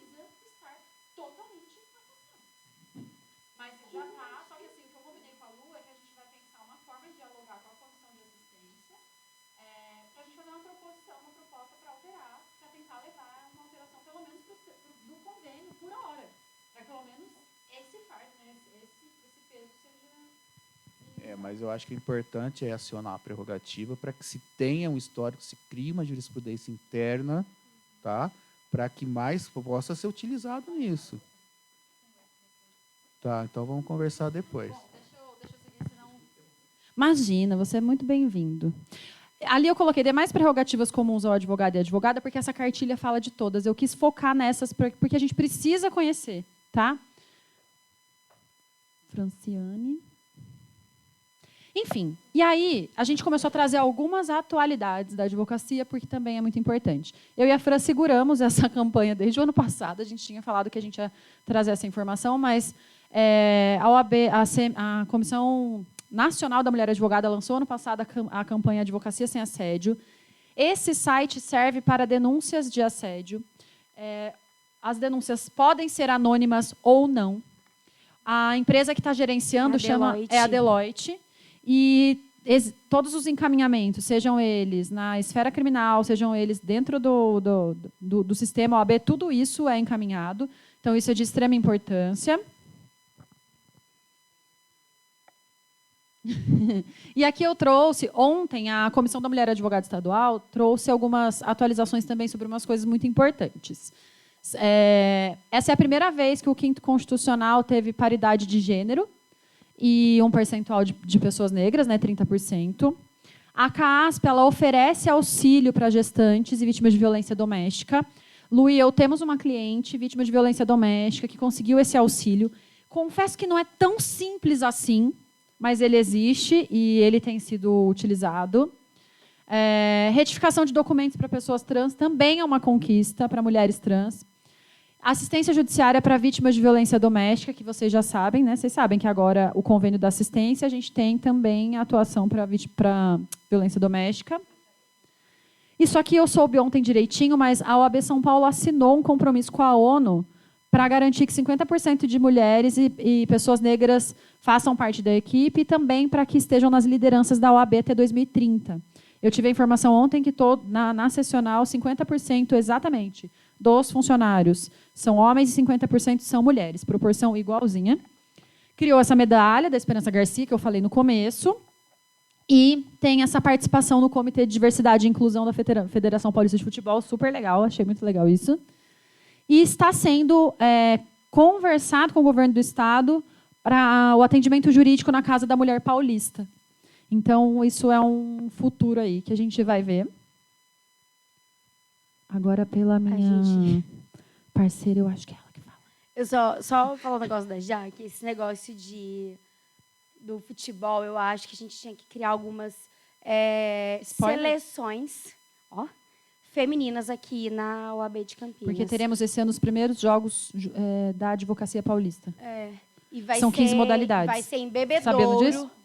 Vai ser em Bebedouro e eu acho que a gente poderia conversar para criar, gente.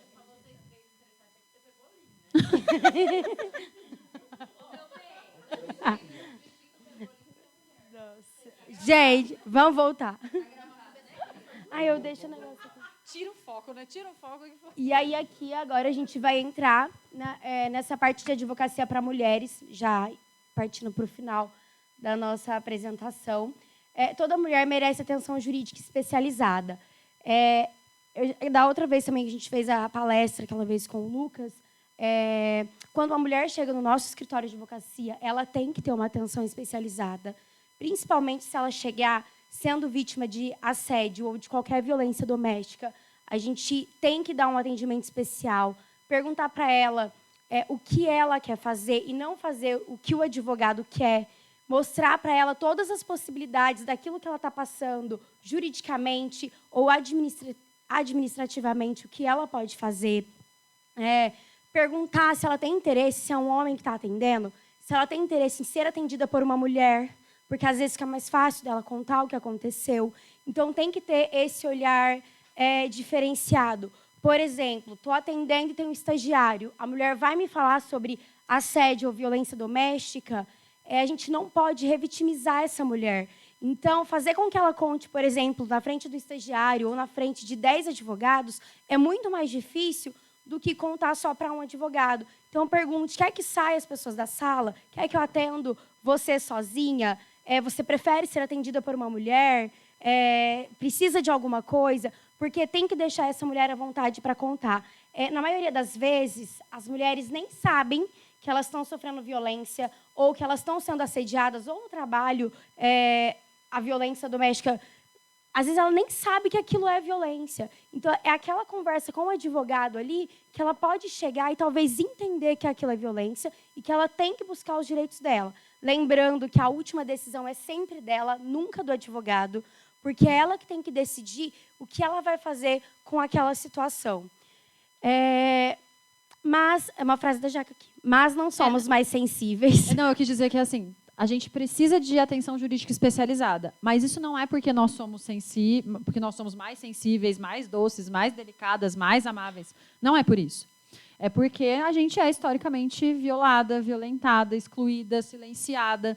Então, é preciso que tenha esse olhar, eu vou complementar uma coisa que a Fran falou, porque, assim, uma coisa é quando uma mulher procura o nosso escritório e diz assim, vivi uma violência, quero te contar, a gente já sabe o que vem. Então, a gente já acaba, para a gente ter esse cuidado desde o início. Só que, muitas vezes, ela vem para falar de outra coisa. Ela vem, por exemplo, para falar do divórcio. E aí você começa a ouvir a história, você começa a identificar a violência ali. Nesse momento, você tem que parar e mudar o seu atendimento. Precisa fazer essa análise que a Fran falou. Primeiro que talvez ela não saiba. Mas antes de questioná-la, você sabe que isso é uma violência? Pergunta se ela está à vontade com as outras pessoas, se ela gostaria que tirasse, que as pessoas saiam. E uma coisa importante de se falar é que, assim, quando a gente fala, pergunta se ela prefere ser atendida por uma mulher ao invés de um homem, não estamos falando que homens são o demônio da terra, não é isso. Apesar de eu achar que é. Mas, tem um 0,01% ali. Vocês estão dentro ali. Mas a grande questão é que, assim, primeiro, a gente tem uma legislação reconhecida internacionalmente como como uma das mais efetivas no mundo para o combate à violência contra a mulher. E lá está escrito que uma mulher vítima de violência precisa ter atendimento especializado. E é em todo lugar. Se na delegacia ela precisa de um atendimento especializado, por que motivo dentro de um escritório seria diferente?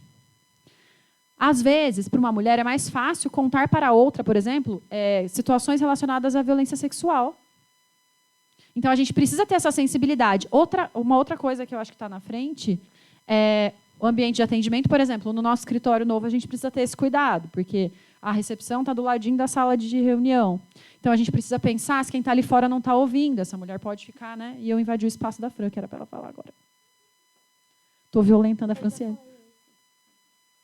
Essa, eu acho que é uma das mais importantes, confiar na palavra da mulher. Porque, às vezes, chega cliente e fala assim, mas o advogado ficou 1000 vezes me perguntando, mas você tem certeza que aconteceu isso? Que a mulher, ela começa a duvidar dela. Ela fica, gente, mas será que foi isso mesmo que aconteceu? Será que é coisa da minha cabeça? Será que é invenção? Não, não foi assédio, foi só uma coisinha de nada. Então, não duvidar. A gente já tem até uma decisão trabalhista que a gente apresentou até na outra. Ela tá? A do protocolo de gênero? Está lá na frente. Tá. Mas deixa eu só falar uma coisa dessa questão da confiança na palavra da mulher. A Luana estava com um olhar de criminalista ali julgando, que eu conheço, e não é de hoje, já tem uns anos. É o seguinte, muito se escuta, muito se questiona, e eu ouço o tempo todo o seguinte. Mas tem muita mulher que inventa que ela foi vítima de estupro para prejudicar o homem. Eu queria saber onde está esse tanto de mulher que inventou isso, porque até o momento eu não consegui encontrar.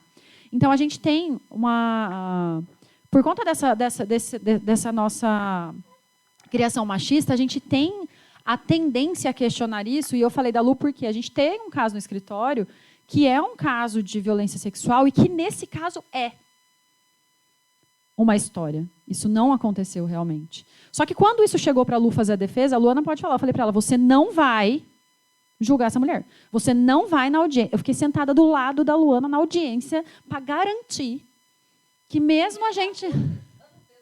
Fui eu depois fazendo as contrarrazões. Mas foi por quê? Eu participei da audiência, eu vi o que aconteceu, mas a gente vai falar aqui na frente, a gente precisa tomar cuidado com isso, porque até porque agora a gente pode responder civil e penalmente por isso. Mas a gente precisa, num primeiro momento, confiar na palavra dessa vítima, porque se for mentira, se não for verdade, vai aparecer. Que foi o nosso caso. Tanto que aí ela fez as contrarrazões de... Não, você fez o recurso de apelação, né? E aí eu falei, deixa eu ver isso aí. Que eu falei assim, deixa eu ver se você não está ofendendo a moça. Aí eu peguei e eu comecei a escrever ela. O que você está escrevendo? Eu falei assim, não, Luana, mas tem que falar aqui que esse negócio está claro que ela está mentindo. Mas com toda a delicadeza do mundo. Então, assim, era...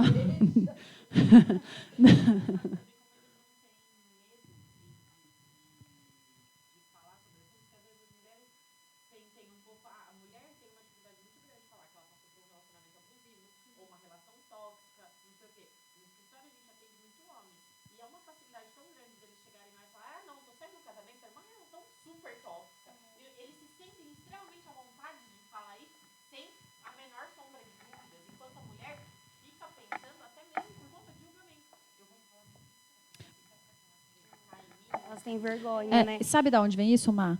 Da broderagem, que a gente ouviu ontem. Porque é o seguinte, o homem aprendeu que ele tem o brod. O brother dele está ali para ajudar. Aí ele pode contar a maior mentira do mundo. O cara vai falar, é isso aí. A gente criou uma rivalidade entre a gente que é tão horrorosa e gigante que a gente duvida. A primeira coisa que a gente faz é questionar. Então, isso vai mudar quando a gente se tornar brother, entendeu? Brother. Sisteragem. E é por isso. Então, para o homem, quando o homem fala uma coisa dessa, ele já tem certeza absoluta. Todos os caras do futebol falou que é aquilo ali, entendeu? A mulher não. Chegou na amiga, aí a amiga falou assim, ai, veja bem, você acha, olha, você já está com 40 anos, vai sair de um casamento? Você vai entrar no Tinder, você vai ter que mentir. Entendeu? Então, é por isso, é por isso. Respeita o tempo da mulher. Às vezes a mulher vai vir do escritório 1, 2, 3 vezes e vai ser assim. Até ela entender que ela está sofrendo aquilo, que ela precisa entrar com o processo ou tomar qualquer outra medida, ela vai ter que confiar em você, porque é uma questão muito pessoal. Então, respeita o tempo dela. Sempre esclareça todas as possibilidades, já falei isso, né? Porque a gente vai ter, olha, no trabalho vai ter isso, tem a parte criminal, tem a parte civil, esclareça todas e é ela quem vai escolher qual delas ela vai querer entrar, qual ela vai se sentir mais confortável. Compreenda as interseccionalidades e analise o caso de acordo com todos os recortes sociais. Você quer? Então, porque aqui é uma grande falha nossa também. Estamos falando de um sistema jurídico cis-heteronormativo. Estamos falando de homens brancos, cisgênero, heterossexuais, legislando para pessoas pretas, lésbicas, gays, trans, mulheres pobres, mulheres pretas, mulheres indígenas. Então, a gente precisa também entender quando a gente atende uma mulher vítima de qualquer tipo de violação, porque para a gente pode soar que não é uma violação. Só que a gente precisa entender todos esses recortes para conseguir aplicar o direito ali ao caso daquela pessoa. Aí, que sou eu de novo? Sou eu, né? Sou eu? Tá. Aqui a gente trouxe a Lei Mariana Ferrer, mas eu já antecipei um pouquinho, que é a questão depois do que aconteceu com a Mariana, essa lei foi editada, então existem aqui algumas previsões que eu trouxe que são muito importantes, principalmente para quem atua na área criminal, né? Que são, na audiência de instrução e julgamento, em especial nas que apurem crimes sexuais, todas as partes e demais sujeitos presentes no ato deverão zelar pela integridade física e psicológica da vítima, sob pena de responsabilidade civil. São vedadas manifestação sobre circunstâncias ou elementos alheios aos fatos objeto da apuração dos autos. Quer ver um negócio? Ela foi vítima de violência sexual. Mas olha lá o Instagram dela. Todo fim de semana estava com o cara. Tá lá fazendo igual Jaqueline na Farofa da Franciele, dançando envolver lá pro chão. Jaqueline pode ser estuprada, porque Jaqueline estava, entendeu? De shortinho lá no chão. Isso não pode, em hipótese nenhuma, ser utilizado em qualquer peça e muito menos na audiência. Aí aqui, durante a instrução em plenário, respeitar a dignidade da vítima, sob pena de responsabilização civil, penal e administrativa. Essa lei ela veio em decorrência do que a Mariana viveu. Existem controvérsias, a cara da Luana vocês não estão vendo, mas não sobre a lei, tá? A necessidade dela. Aí isso é uma outra coisa. A Luana vai fazer uma palestra sobre Lei Mariana Ferrer e o que aconteceu na audiência da Mariana Ferrer. Mas, então, a gente trouxe porque é extremamente importante. E aí eu queria falar sobre isso aqui, ó. Vocês sabiam da existência? Protocolo para julgamento com perspectiva de gênero. É de 2021, a gente já falou em alguns eventos da CMA. Eu trouxe essa justificativa aqui do CNJ. Nesse caminho... Pera, gente. Óculos. Eu ia tentar. Nesse caminho, o Conselho Nacional de Justiça, ao editar este documento, avança na direção de reconhecer que a influência do patriarcado, do machismo, do sexismo, do racismo, da misoginia e da homofobia são transversais a todas as áreas do direito, não se restringindo à violência doméstica, e produzem efeitos na sua interpretação e aplicação, inclusive nas áreas de direito penal, direito do trabalho, tributário, civil, previdenciário, etc. Esse protocolo ele traz uma série de orientações para os julgadores. Eles estão lendo, acho que eles precisam de uns 4 anos para ler, já só passou 2, então não entenderam ainda. Mas ele tem toda uma orientação de como o julgamento tem que ser feito, considerando essa intersecção, considerando esse recorte, que é o fato de ser uma mulher. E aí a gente trouxe, né, Fran? E aí a Fran vai explicar para vocês, porque é da Justiça do Trabalho, já que ele não sabe explicar. Um julgamento com esse olhar aí. É recentíssimo esse julgamento e a gente teve outro igual. O que acontece? A gente sabe, né, do período da gestante, 5 meses após o parto. E aí o que acontece? Ela pediu demissão porque acabou a licença maternidade dela e ela não tinha com quem deixar a criança. E aí a gente teve o julgamento, o juiz reverteu a justa causa dela, pediu para ela, aumentou o período de licença dela, porque julgou com perspectiva de gênero. Porque só a mulher vai passar por isso. Só ela sabe o que é depois dos 5 meses não ter com quem deixar o filho para voltar a trabalhar. E aí, às vezes, não tem creche. Tem lugares no Brasil que não tem creche para menores de 6 meses, por exemplo. E com quem que a mãe vai deixar essa criança? Então, a gente já começou a ter esse julgamento. Eu não sei se nas outras áreas a gente não encontrou ainda nas outras áreas do direito, mas na trabalhista a gente teve tivemos mais uma, e acho que agora a gente vai ter que entrar um caso do escritório, e a gente vai pedir esse Luana julgamento. nem sabe, até levantou a cabeça ali. E a gente vai pedir o julgamento por essa perspectiva de gênero.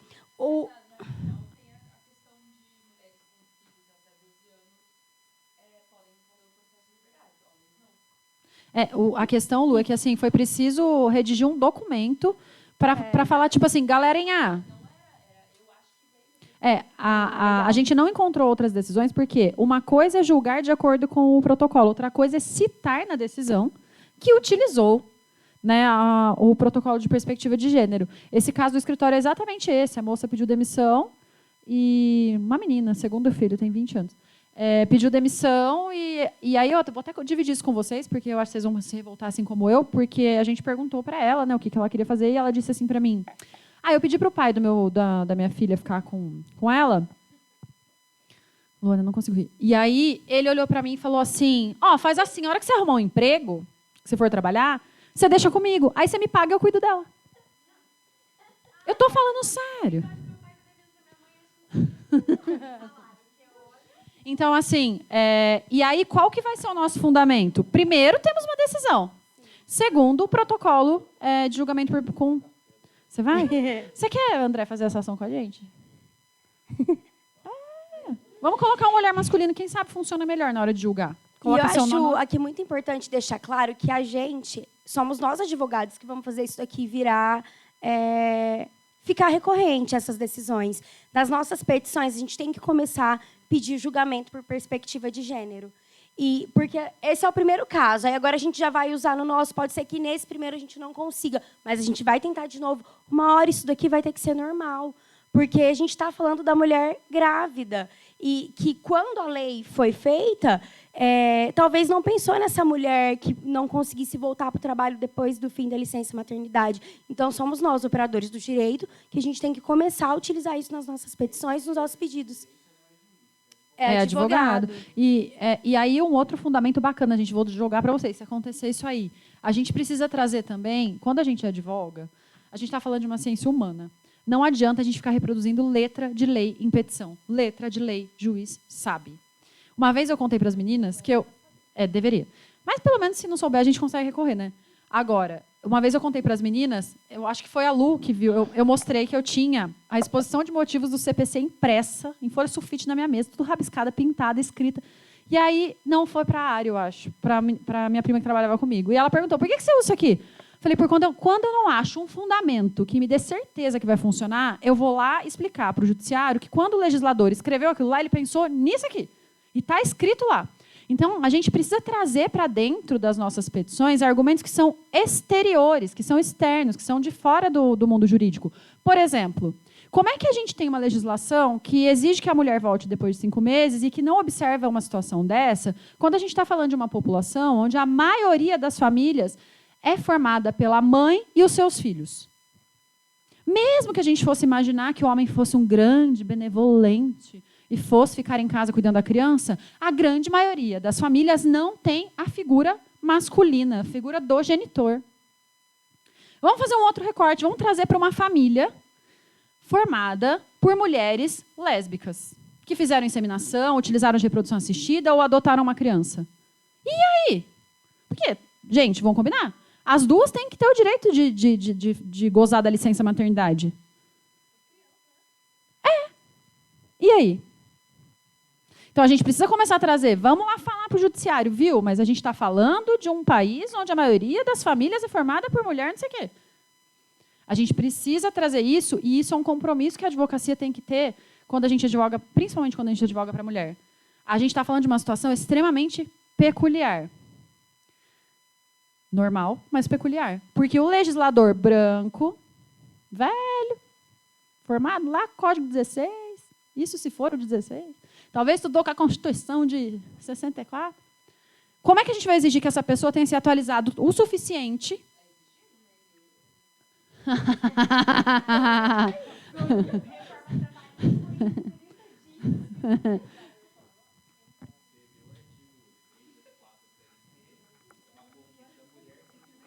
E aí, falando de conquistas das mulheres, vamos pegar o gancho do André. Falei no começo que não se nasce mulher, torna-se mulher. Vamos trazer o nosso quadrinho do Sou Feminista. Vocês estragaram a nossa dinâmica de grupo. Por que a gente fez esse quadrinho? Geralmente, quando a gente pergunta no começo, pouquíssimas pessoas falam sim para nós que são feministas. E aí, depois que a gente explica tudo isso e que se concorda com tudo isso, com tudo que a gente conseguiu até agora, foi por conta dos movimentos feministas, porque feminismo é o quê? É essa igualdade de condições que a gente quer. Então, isso é ser feminista. E aí, quando a gente pergunta no final e explica essa questão do feminismo, a gente consegue aumentar esse número do sim. Isso é muito legal. Só que aqui... Vocês são pessoas muito evoluídas. Vocês estão de parabéns. Muito obrigada. Então, pode. Mas aí eu queria encerrar, porque assim, existe um grande tabu de se utilizar essa palavra. E existe um grande tabu de se utilizar essa palavra dentro do mundo jurídico. Existe uma diferença gigantesca entre feminista e femista. Feminista é a mulher que está lutando por igualdade de condições. E quando eu digo lutando, eu estou falando exatamente de tudo aquilo que a gente falou ali, porque nada daquilo foi concessão da sociedade. Aquilo foi luta de mulheres que morreram muitas vezes sem ser reconhecidas, para que a gente chegasse aqui.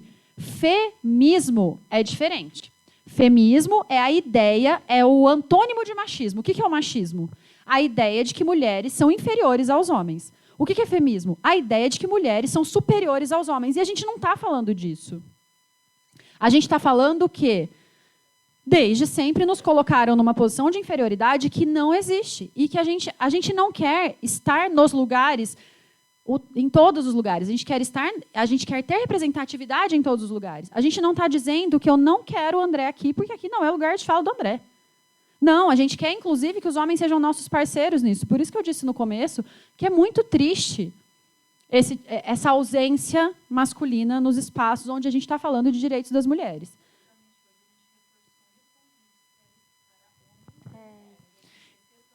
E é muito doido a gente ter que falar assim, vamos falar sobre direitos das mulheres. Mas olha, homens, isso também é para vocês. Veja só, é uma comparação muito simples. Luana é criminalista. Luana, você precisa ser criminosa para advogar para criminoso? Tá. De vez em quando ela faz uns negócios errados aí.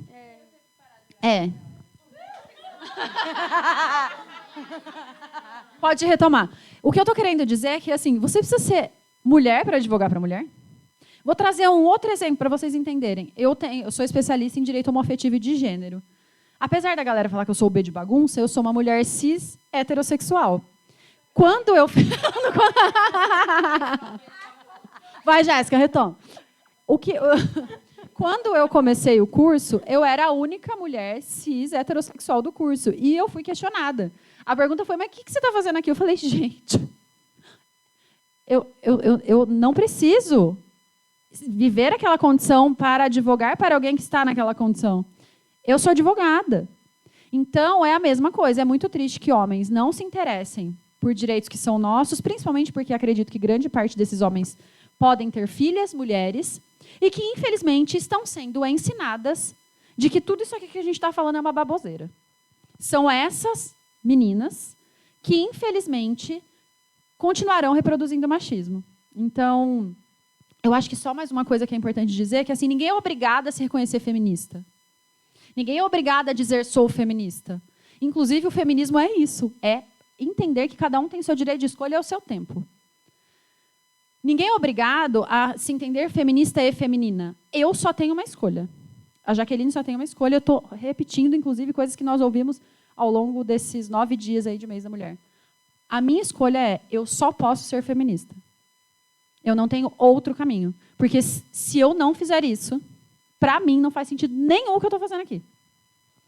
E acho que a gente, completando, a gente só tem essa escolha de ser feminista porque essas lutas que a gente vai ter, algumas a gente vai conseguir chegar nelas, nessa conquista, por agora.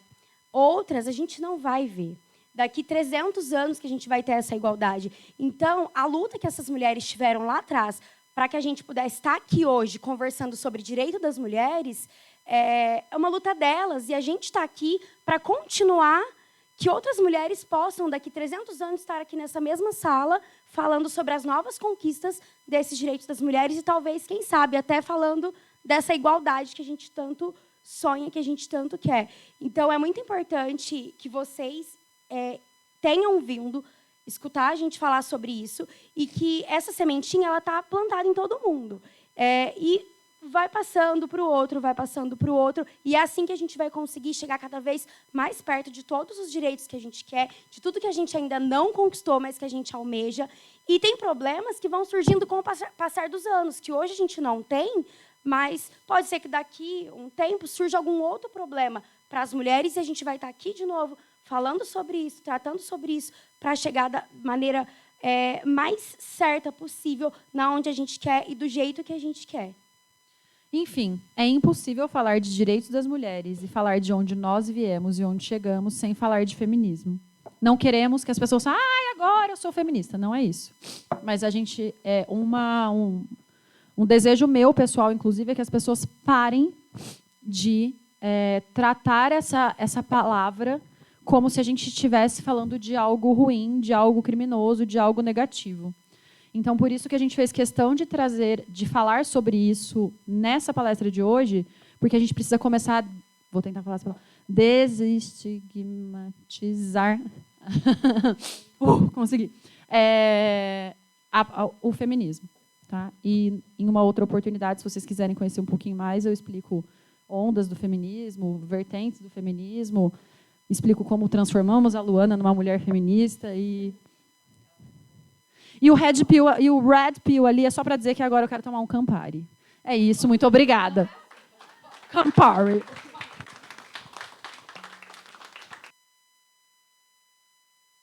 Eu falei no começo que todo mundo precisa ouvir um pouquinho delas falando, uma vez na vida. Depois a gente tira as conclusões, depois pensa o resto das coisas. Então, ela manda em todo mundo, né? Eu não estou acostumada com isso. Eu sou aquariana, eu não sei obedecer ordens. Gente... É o que elas falaram. É importante, é primordial, eu diria, fazer esse tipo de discussão. E eu acho que, mais do que qualquer outra situação, a gente tem eu não vou dizer um privilégio, mas pode ser que seja, de estar inserida num meio como aqui. A subseção de Campinas é extremamente privilegiada. Porque nós temos, né, nas diretorias das comissões temáticas, muitas mulheres engajadas, pessoas que realmente querem fazer acontecer e que querem compartilhar um pouco com vocês, a gente não faz evento para criar número, para ficar bonito depois. Dá um trabalho enorme, mas é tão gostoso ver e é tão bom. Eu falo para todo mundo, eu falo nas outorgas, né, quando a gente está lá, que a gente fala que a Casa da Advocacia é nossa, mas eu só me tornei membro da Jovem Advocacia e passei a frequentar esse espaço porque me acrescentava. E me acrescenta em tudo. Não só na parte de direito de família, que é onde eu milito, não só numa área específica, mas em todas. Me acrescenta em todo lugar que eu entrar. Eu vou ter gente interessada em compartilhar conhecimento, eu vou ter gente interessada em disseminar boas informações e um conteúdo bacana. E mais do que isso, a gente tem uma diretoria pronta para ajudar, para abraçar qualquer ideia maluca, para fazer com que a gente se sinta à vontade, tenha nosso espaço, nosso direito de fala. Eu estou aqui representando a Jovem Advocacia, que eu falo com propriedade, que é uma das comissões extremamente atuantes da nossa casa, graças ao apoio que a gente tem da nossa diretoria. Porque eles permitem que a gente esteja aqui para tratar de assuntos diversos, para conversar com comissões que, de fato, estejam interessadas em trazer para o universo da Jovem Advocacia assuntos tão importantes como o de hoje. Então, é bacana ver que tem gente, cada vez mais gente diferente vindo, conhecendo o trabalho, porque é para a gente, não é para mim, para ela, para fazer número, para nada. É para a gente aprender, para a gente compartilhar experiência, adquirir conhecimento e que bom que a gente pode fazer isso aqui dentro, num lugar que dá apoio e que pede para a gente cada vez mais estar ali trabalhando em prol de tudo isso. Então, meninas, mais uma vez eu não tenho como agradecer em nome da nossa comissão. Foi, mais uma vez, incrível, uma troca absurda. Espero que a gente consiga impor mais vários eventos como esse, porque, de novo, não foi um convite. Mas muito obrigada, de verdade. Eu adoro ouvir vocês falarem. Eu acho que a gente podia ficar aqui mais horas, porque acrescenta muito, é importante. Eu adoro também quando eu escuto alguém dar uma cutucada na Jaque, fala alguma coisa assim, falta pegar o balde de pipoca e falar, ai, vai começar. Elas fazem isso, gente. Às vezes eu tô quietinha, exercitando o que minha psicóloga ensinou. Minha psicóloga ensinou o quê? A hora que você fica nervosa, você pensa, eu sou uma samambaia. Eu tô exercitando, isso está funcionando. Só que aí eu tenho o quê? Sabe o anjinho bom, anjinho mau? Todo mundo aqui é meu anjinho mau, porque eu tô tentando ficar quieta. Ah, você é o mais mau de todos. Eu tô quietinha, tentando ficar quietinha, e aí tem alguém assim, você não vai falar alguma coisa? Você não vai falar sobre isso? Você não sei o quê? É assim que acontece. E já que a Má, obrigada, Má, pelo espaço, mas como eu fui intimada, eu também vou fazer uma intimação. Do dia 21 ao dia 24 desse mês, a gente vai ter a primeira semana de estudos em direitos das mulheres. A gente já começou a divulgar, Franciele? Na organização dela, e depois desse evento a gente começa a divulgar, então. Só está na agenda. Só está na agenda. E o nosso tema central são movimentos de mulheres na luta pela conquista dos nossos direitos. Então, isso aqui foi uma introduçãozinha. Nós teremos, na segunda-feira, Fernanda Velarde, vulgo esposa da minha sócia, que é uma psicóloga atuante com viés feminista. Então, ela vai falar um pouquinho. Na quarta-feira, eu tenho dificuldade na semana, que não começa na segunda, começa na terça. Na quarta-feira, a gente tem a Raquel Tamacia, ela vai falar um pouquinho. Não, eu estava tentando lembrar o nome que ela deu, mas depois. E na quinta, a gente tem a Adriana Moraes, que é presidente da Comissão de Igualdade Racial, a Raíssa e a Daniela. E na sexta-feira, é o único dia que o horário é diferente, tá? Então, terça, quarta e quinta, 18h30. Sexta-feira é às 9 da manhã. E aí seremos nós para a gente concluir, então, fechar essa semana, tirar nossas próprias conclusões sobre o debate. E vai ser como se fosse uma roda de conversa também. Vai ser palestra, mas é mais dinâmico também. Então, vai ser bem legal essa semana. E só para dizer, né, já que é a primeira, isso significa que vocês precisam ir, porque senão não tem a segunda, pelo amor de Deus. Vou roubar só mais 30 segundos de vocês, que é um negócio que eu falei ontem, que eu gostaria muito que o 8 de março não existisse. Gostaria muito que a gente não tivesse que, entre aspas, comemorar, que não se comemora, mas ter que celebrar o Dia da Mulher. O que aconteceu, o que vem acontecendo desde 1917, muito antes, é muito triste. Então, que essa sementinha que a Jaque, que a Fran semearam hoje e plantam todos os dias, que a gente consiga que daqui a um tempo, realmente, 8 de março, seja só uma comemoração e não uma lembrança, que a gente tem muito ainda, pelo menos 300 anos hoje, a ser lutado. Então, se não dobrar a meta, a gente espera que não. Obrigada a todo mundo mesmo, tá? Porque eu sou, né, minhas 2 comissões do coração, sou membro da... Não.